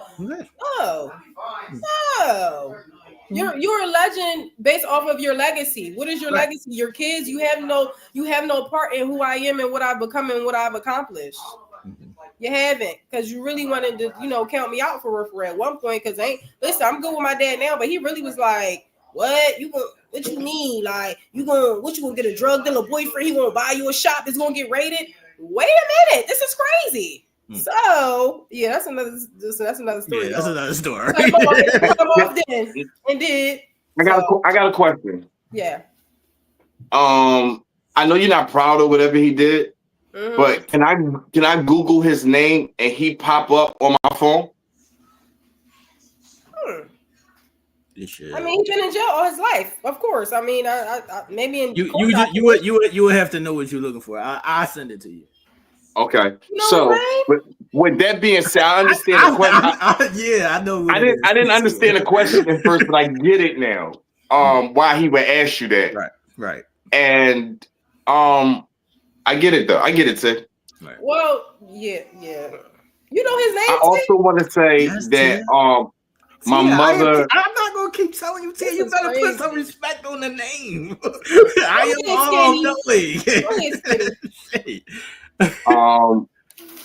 I'm also emotionally unavailable. I get that from my mom as well. Cece, did you go? No. Go ahead. I did. Went again before me. Yeah. Like, was this just like a? Okay. I was just playing. I don't think nobody got it. I heard what you said. I heard what you said, Skinny, but I'm gonna let it slide. Go ahead, CC. I'm gonna get him. So I think for me, the bad habit that I carry it's from my mother. And my mom is a Leo. She kind of hard. Sometimes she really just don't give a fuck. She has been working on things in a way, but she's so just like direct and like, it is what it is. This is what it is. That's it. I mean, if we're gonna talk about it, we can talk about it. If we not, then that's cool. Like either way, you ain't gonna whip my ass. So it doesn't matter. So I battle with that sometimes because I really can get in my bag of like, oh well. So yeah, that's it. Okay. My mom a Leo too, Steve. As soon as you said and explained, I was like, oh, she must know my mom. July Leo. Yeah, them Leos, they something different. Yeah. And my dad an August what Leo. contest do you be like My mom solo? too. Huh? Would you say, Skinny? Like in your relationships, what are you saying so to? Like, for example, like it can be various. I'm gonna let her answer. Go ahead, CC. Go ahead. Yeah, because it's multiple things. Like it could be like there's been times where I may have had an argument, right? And I'm saying what I'm saying, and it just really is what it is. Like there's no way around it. You know what I'm saying? You either gonna take it or you gonna leave it. And whatever you decide to do, I'm fine with either one. I like that. So it's like it just is what it is. All right.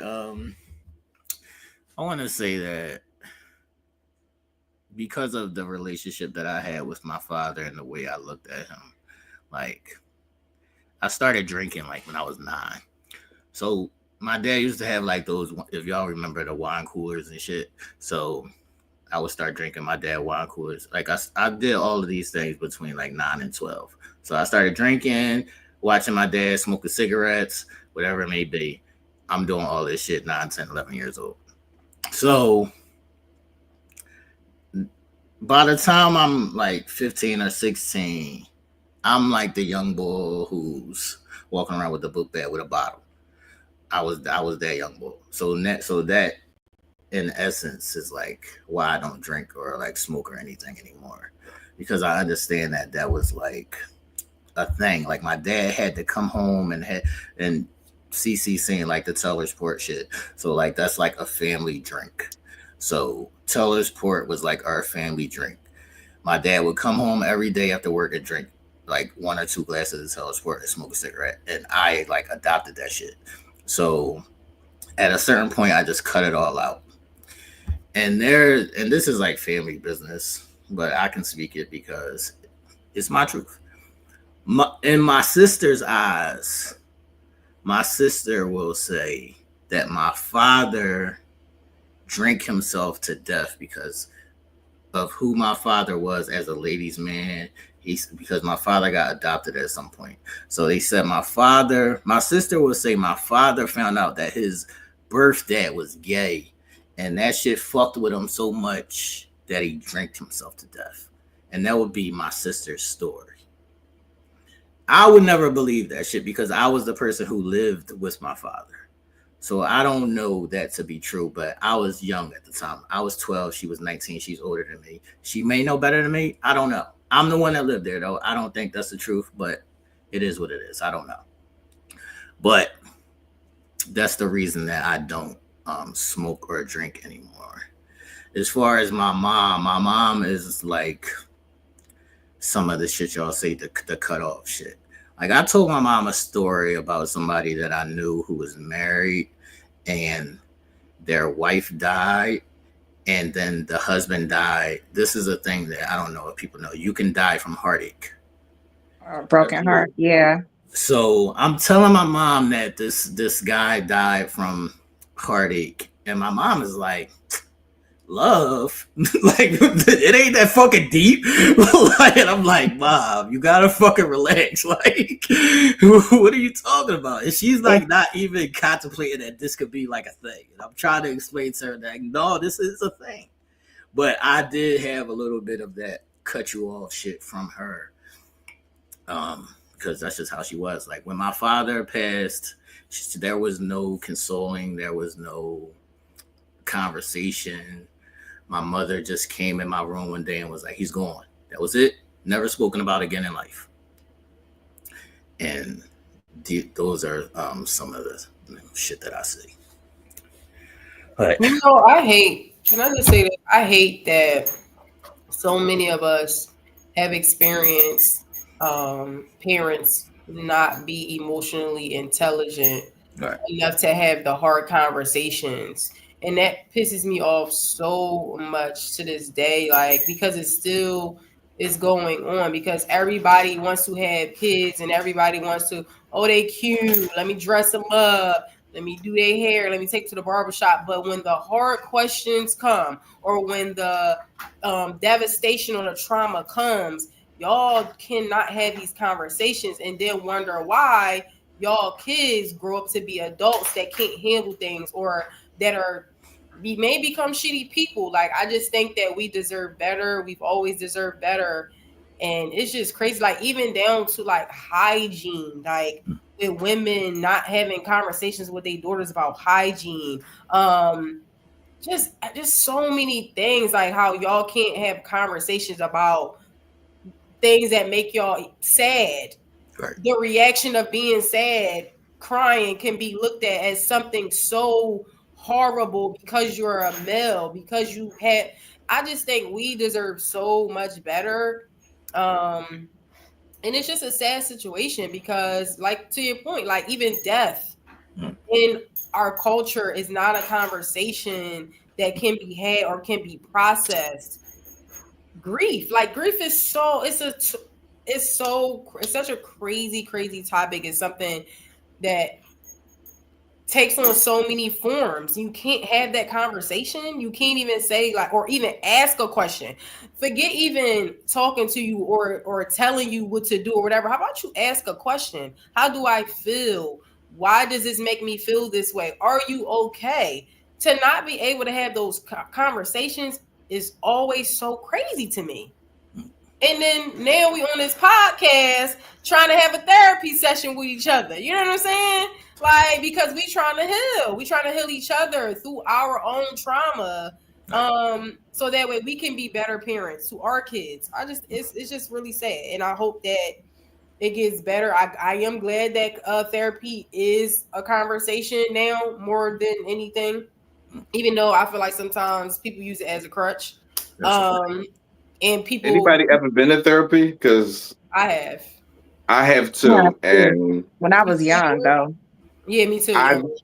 I believe I was in relationship therapy for about 6 months. And when I tell you that shit is a sham, like it is. It is right now. It's a better therapy session than actually going to somebody professionally that has a degree. And I'm gonna give you an example.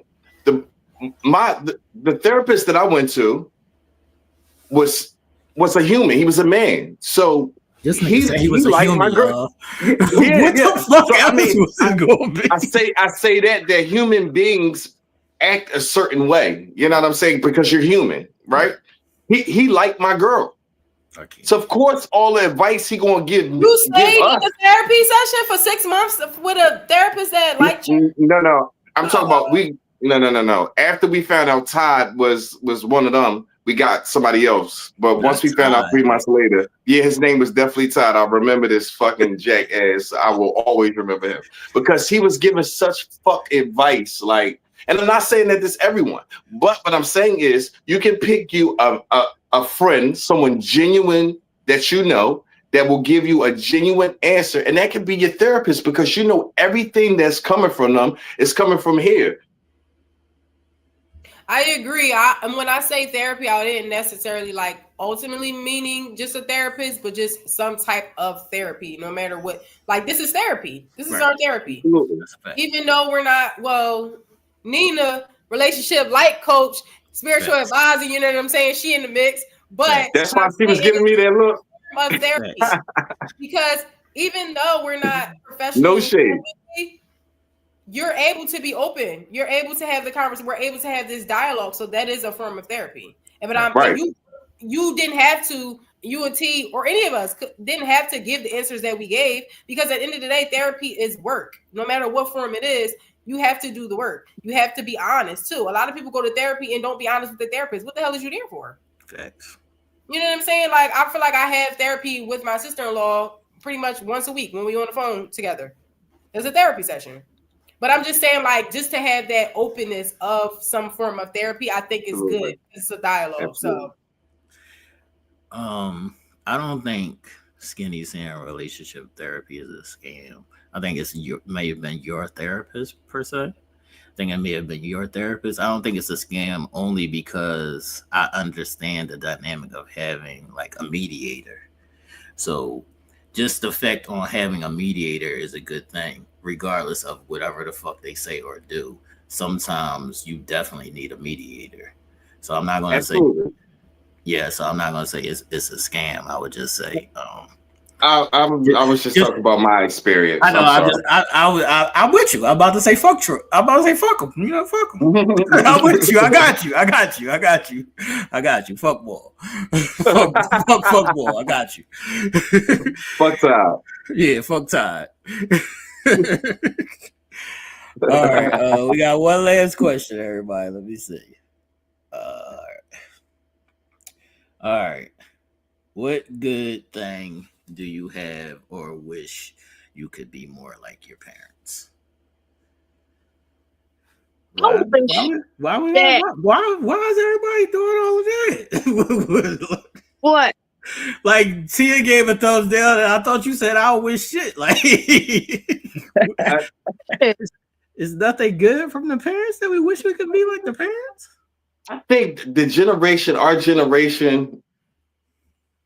All right, we grew up in a generation with parents who wasn't doing good. You got to understand, during this time, the crack epidemic was around, and people's mindset just wasn't okay. Our grandparents. Think about our grandparents. It's a totally different perception. Different emotion and everything than our parents. Like, my mother is crazy. Like, my mother is to this day. My mother is really. Like, not right. And I believe. I say my mom is crazy all the time. She be like, don't call me crazy, boy. It's the era. I'm telling you. It's the era. All that fucking cocaine in that time scattered, though. they're just different. They just move different. So for me to say I want it would be basic. Like it's nothing that my parents did. I don't know too much about my dad. He had a fish shop. He had his own store on 52nd Street. But other than that, like I can't really say, oh, I want that from my. Okay, my mother says what she wants, and I respect it. I respect the realness of my mother. I don't ever have to worry about my mother misleading me. She's always going to tell me what she feels. She's never going to tell me something that I don't have to believe her. That's what it's not too many people on this planet that you can say that about. Right. So yeah, that's it. I wish. Go ahead, Sorry. man. I wish. So both my parents are the youngest sibling. They both are the babies, right? And they both had the most support, like, from both of their parents.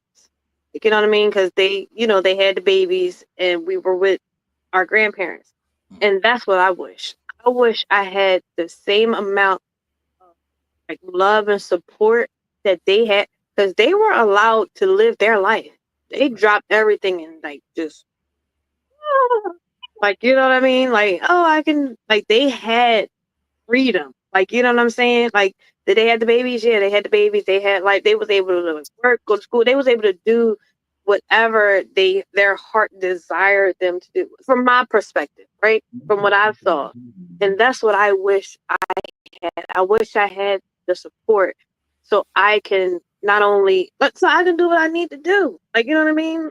So I won't feel so constricted and tied down. Right. All right, I'll speak some positivity since y'all want to be like. I'll just say this, man. The time, love and support. Listen, the time that I had my father, I always looked at my father as the greatest father to be, and I would hope that my kids look at me that way. But I often think about my brothers. Like I got 3 brothers, and I often think about them because they never experienced having a father.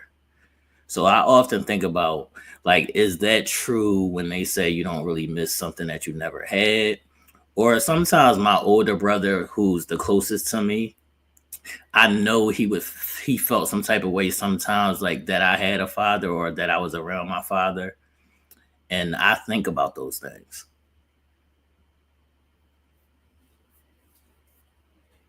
Do you feel like you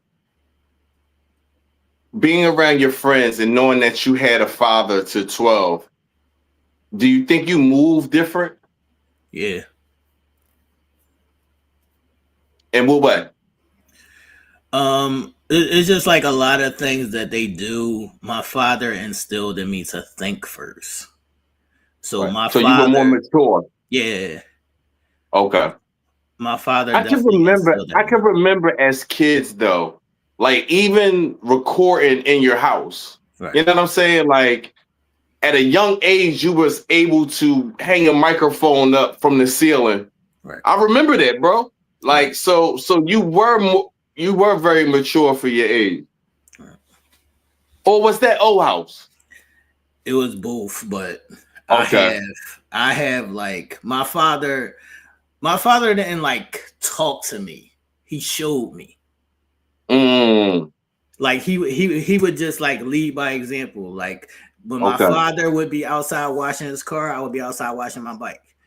It was things like that like prepared me for life. Like I could remember like being a kid and sitting at the table and doing my math homework or whatever, and me like asking my dad like, yo, can you help me with this? And my dad been like, wasn't you in class? Was you paying attention? Figure it out. And because my dad did that, it showed me that if I pay attention or if I stay on my shit, I can figure any fucking thing out. Like some people may view it a different way and be like, your father should have just helped you. But my father showed me that I can figure this shit out. What's dope is that you still remember that though. Right. That's what's really dope. That that conversation that you had as a kid really took effect in life today. That's fire. So, yeah, I like that. All right, people.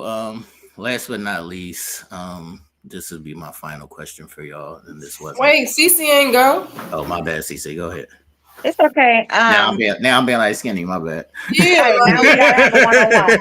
Now we gotta have a one-on-one. My bad. Go ahead, CC.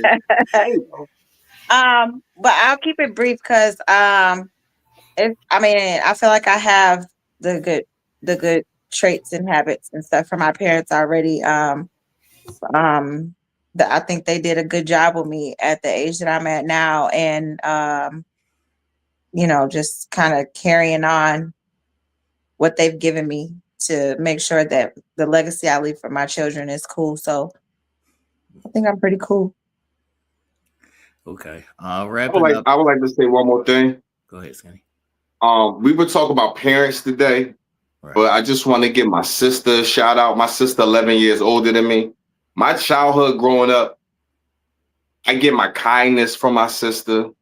Like, my sister's like a very good-hearted person. You understand what I'm saying? Like, so I get most of my qualities from just being around her.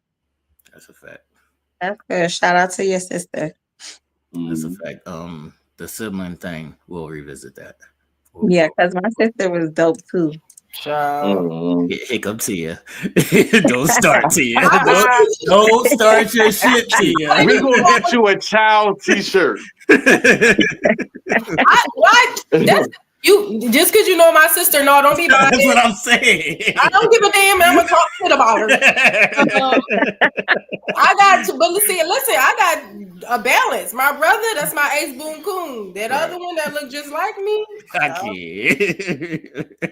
I can't. We ain't gonna speak about the beef that Tia has with her twin sister, y'all. She got beef with me.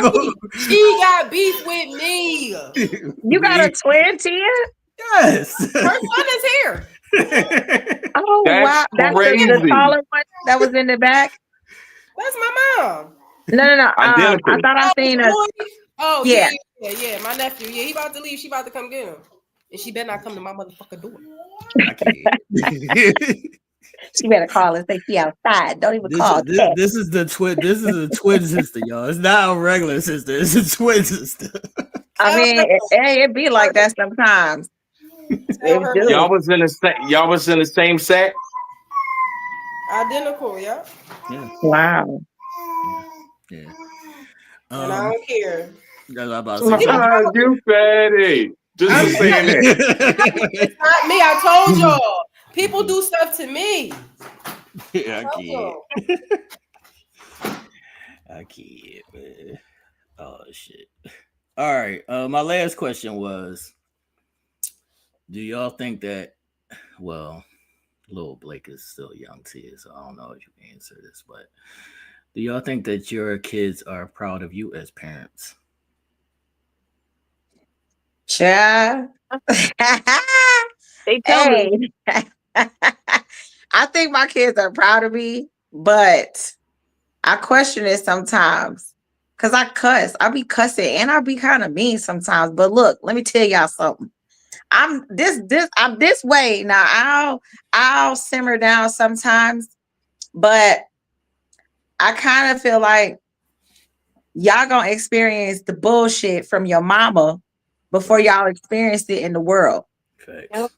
I don't care how mean you think I am, how rough you think I am, because there's gonna be somebody my rough or just as rough, and I'm gonna need y'all to know how to handle that. Outside. Yep. That's what I tell them. Words outside. Up.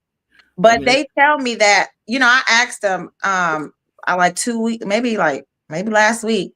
I'm like, do y'all like, what would y'all story be about me as a mom? Like, do y'all think I'm a shit mom? Like, is your story gonna be, I hated my mom, I wanted to, choke her out? Like, is that gonna be y'all story? And they all told me no. They all told me no. Out, though. Huh? I said, I wanted to choke her out though. Yeah, well, no, you did, because it's been times where it's like, fuck it, I hate you, mom, bitch.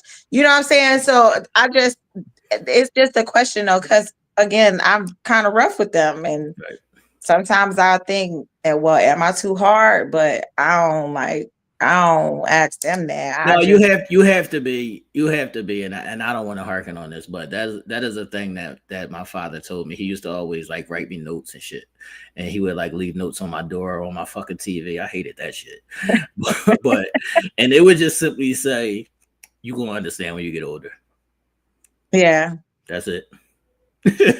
no explanation. You making me wish I had a dad on everything. I'm just saying. I wanted notes. I want to know. Tia. Been good. No, I'm kidding. Tia, let me ask Blake, is he sick of your shit already? I'm trying to keep him alive by breastfeeding him. Get out of here. All right. What's your answer, Nina and Skinny? You want to go? Want to go? All right, I'll go. Nina, you forgot the question? I remember now. Okay, go ahead, Skinny. 4 out of 5. 4 out of 5. So 4 out of 5 of my kids that tell you I'm the shit. Like my twins work for me, work under me, I should say. Right. And my daughter loves my youngest loves me. Like I do cool shit. Like I took her to the Rod Wave concert. We had floor tickets. Like I do cool dad shit. So they gotta be proud of me. Right. You know, when I move in different places, I think so. 4 out of 5. One of my kids that tell you I ain't shit. That's because it's translated through her mother. So right. I can dig it. Nina. Yes, they are.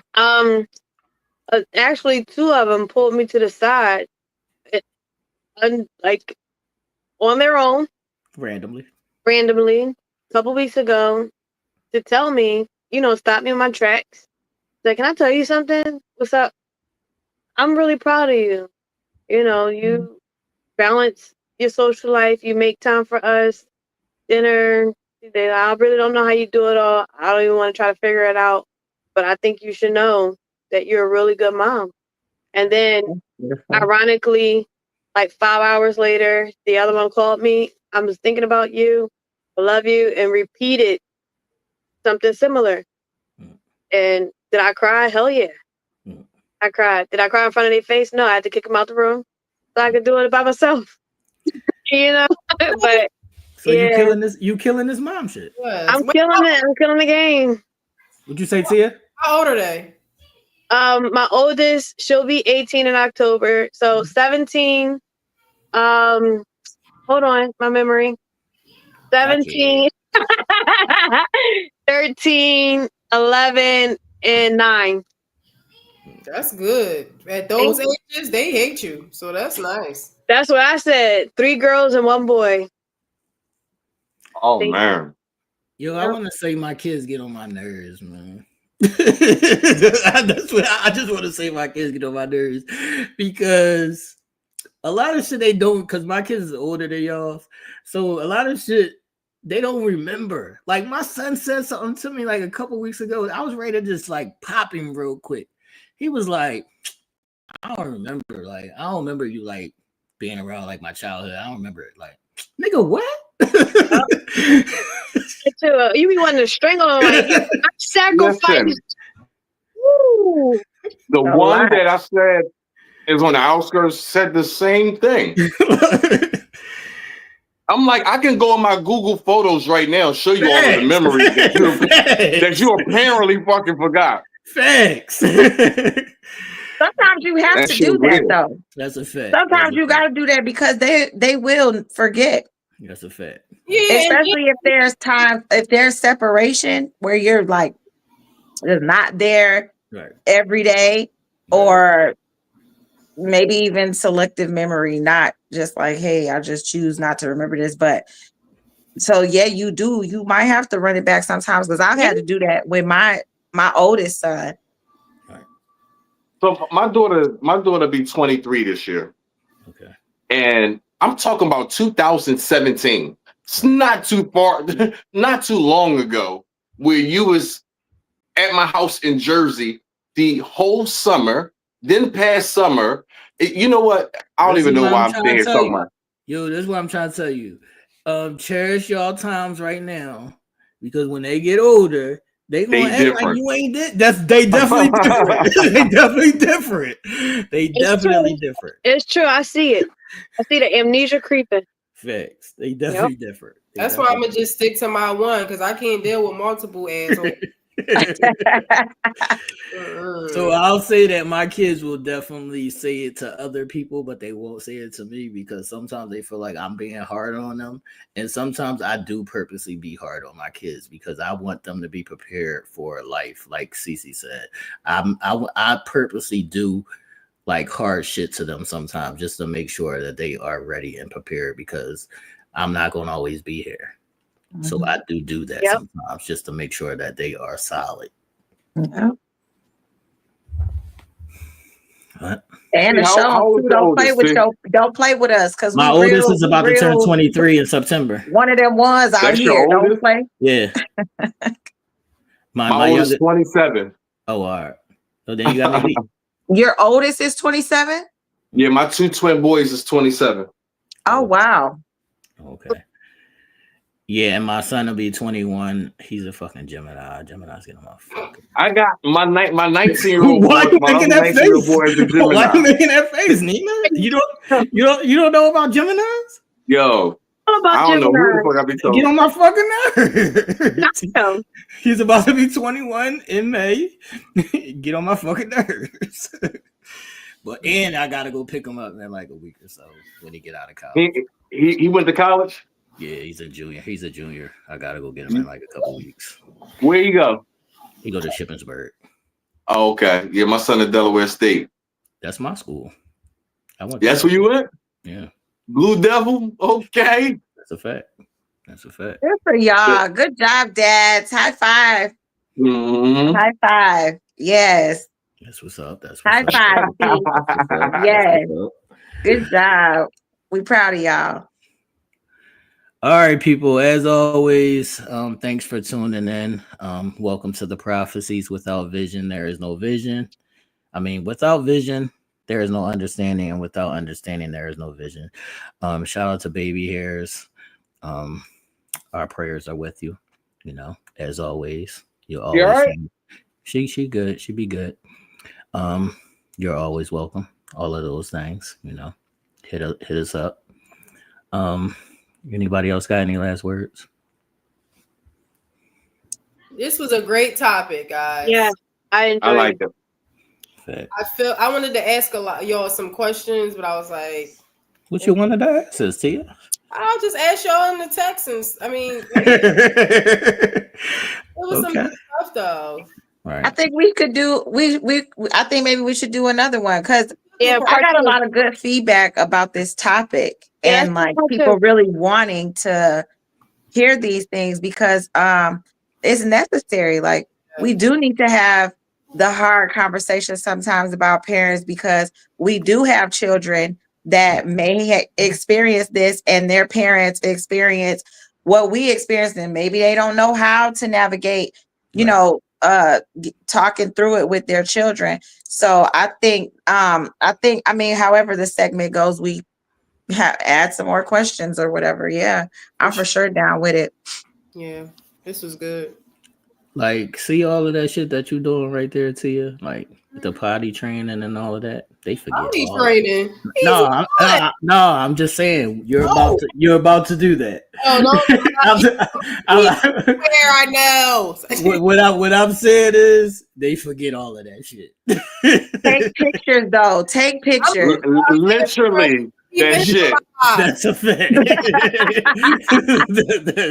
That's a fact. Yeah, that's a fact. Just take pictures though all the time and print them out. I got video. I got video. Yeah, and you know what I mean? Every now and then be like, yeah, let me remind you of something. You remember this? Oh, you don't. Oh, okay. Well, let me show you what it was. You know what I'm saying? We got proof.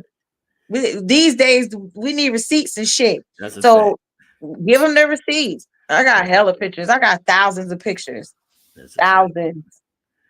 But this was chasing ghosts and fighting demons, and my last message to y'all would be to give your parents some grace, because even though we gotta teach ourselves a lot of shit, and even though they might have not always been around, we don't know their journeys, we don't know their lives, we don't know the shit that they, their mentalities and all the traumas and shit that they got going on. So regardless of how they showed up for you, you're showing up for yours, and you can show up for them now. So that'll be my last message, man. Agree. And it's their first time living life like it's ours. That's a fact. Thanks. Yeah, that's great. All right, people, have a good one. Deuces. Have a good night. Bye. Bye.